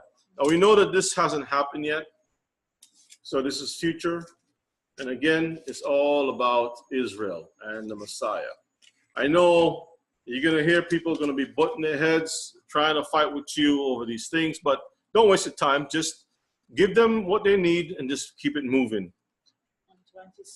It might be that the Most High will show favor and mercy upon them and allow them to see what you are seeing also, okay? So I wanted to break this bread with you all. The book of Psalms is very, very rich with a lot of prophetical things about the Messiah, about his works with Israel, how he's going to deal with the nations, how the nations are dealing with us. I mean, it goes on and on and on. So I hope that you all have learned something tonight. And I pray that the Most High have uplifted your spirit and also encourage you. Don't use the Psalms only as a prayer or some book that sounds poetic, but remember you're reading the Messiah and yourself, myself, all of us in this volume of the books, okay? And I leave these words with you in the name of our King. So with that said, brothers and sisters, let's have a word of prayer. I thank you all for joining us tonight. We will continue on Shabbat with, continue teaching on Shabbat, Most High willing, and I will see you there likewise. Thank you, sis. Thank you, Brother Eliyahu. Thank you, Susanna, Brother King. All of you all who has posted your little thoughts and everything in there. Yeah, it's and you know, you're going to have so much time to study when you go through the Psalms that you're not going to have time for football. You're not going to have time for other stuff, okay? Because after all, this is your investment. This is your investment, okay? Let's have a word of prayer, Mishpachah. Let's pray and let's pray. Let's remember each other. Father, once again, we bless your name. We thank you for your love and your mercy, which truly knows forever. I pray for our brothers and our sisters, our brethren, Israel scattered. And I pray that you will cause them to be excited about your word, to go into the books, the book of Psalms and the Proverbs and all the writings and dig out these nuggets and put them together and make a treasure box and fill their hearts with joy. Help their children to also see the volume of the book, how it's written, not only of you, our King, but also about ourselves, because you are writing our history in these scrolls. And I pray that you will protect our children, our people, encourage them, help them to continue to be of one mind and one accord. Even though we may have limited understandings and little bits and pieces of the picture, help us to not fight over those pieces, but help us to salvage them, because you said you will teach us of your ways when the time is right. But you want us to focus on loving each other. So I pray, Father, help us to love each other, help us to be kind, help our men to be strong, our women also, our little ones, our older ones, and may you return in our lifetime. Thank you so much in Yeshua's name. Amen. So with that said, Mishpachah, in the volume of the book is written about our Messiah. I leave these words with you all. I pray that the Most High bless and keep you all. And may the love and peace of our King be with you all, always and forever. I love you all. Until next time, we say shalom. You want to say shalom? Shalom. Shalom, family. Shalom. Laila Tov. Laila Tov, Mishpachah. There's a lot of work coming ahead. A lot of Hebrews are requesting visits. And so pray that the Most High will make the way that we can be able to go and visit some of these assemblies that are still in prison. And I pray that you all would be able to have the same capabilities and abilities to do the same wherever you are. All right, so shalom, shalom, and we'll see you all in Shabbat, most high willing. Can I get that? A second. So, again, we're going to see you next time, and we will deal with the enemy, okay? Shalom, shalom, family. Love you all. Laila Tov, Mishpachah. Laila Tov, St. Vincent. Laila Tov, Chicago. Florida, Laila Tov. Virginia, Laila Tov. And all the other places. Laila Tov, New Orleans. Laila Tov, Wisconsin and Michigan. Canada. Laila Tov, family. Shalom, shalom. Shalom, shalom. Shalom.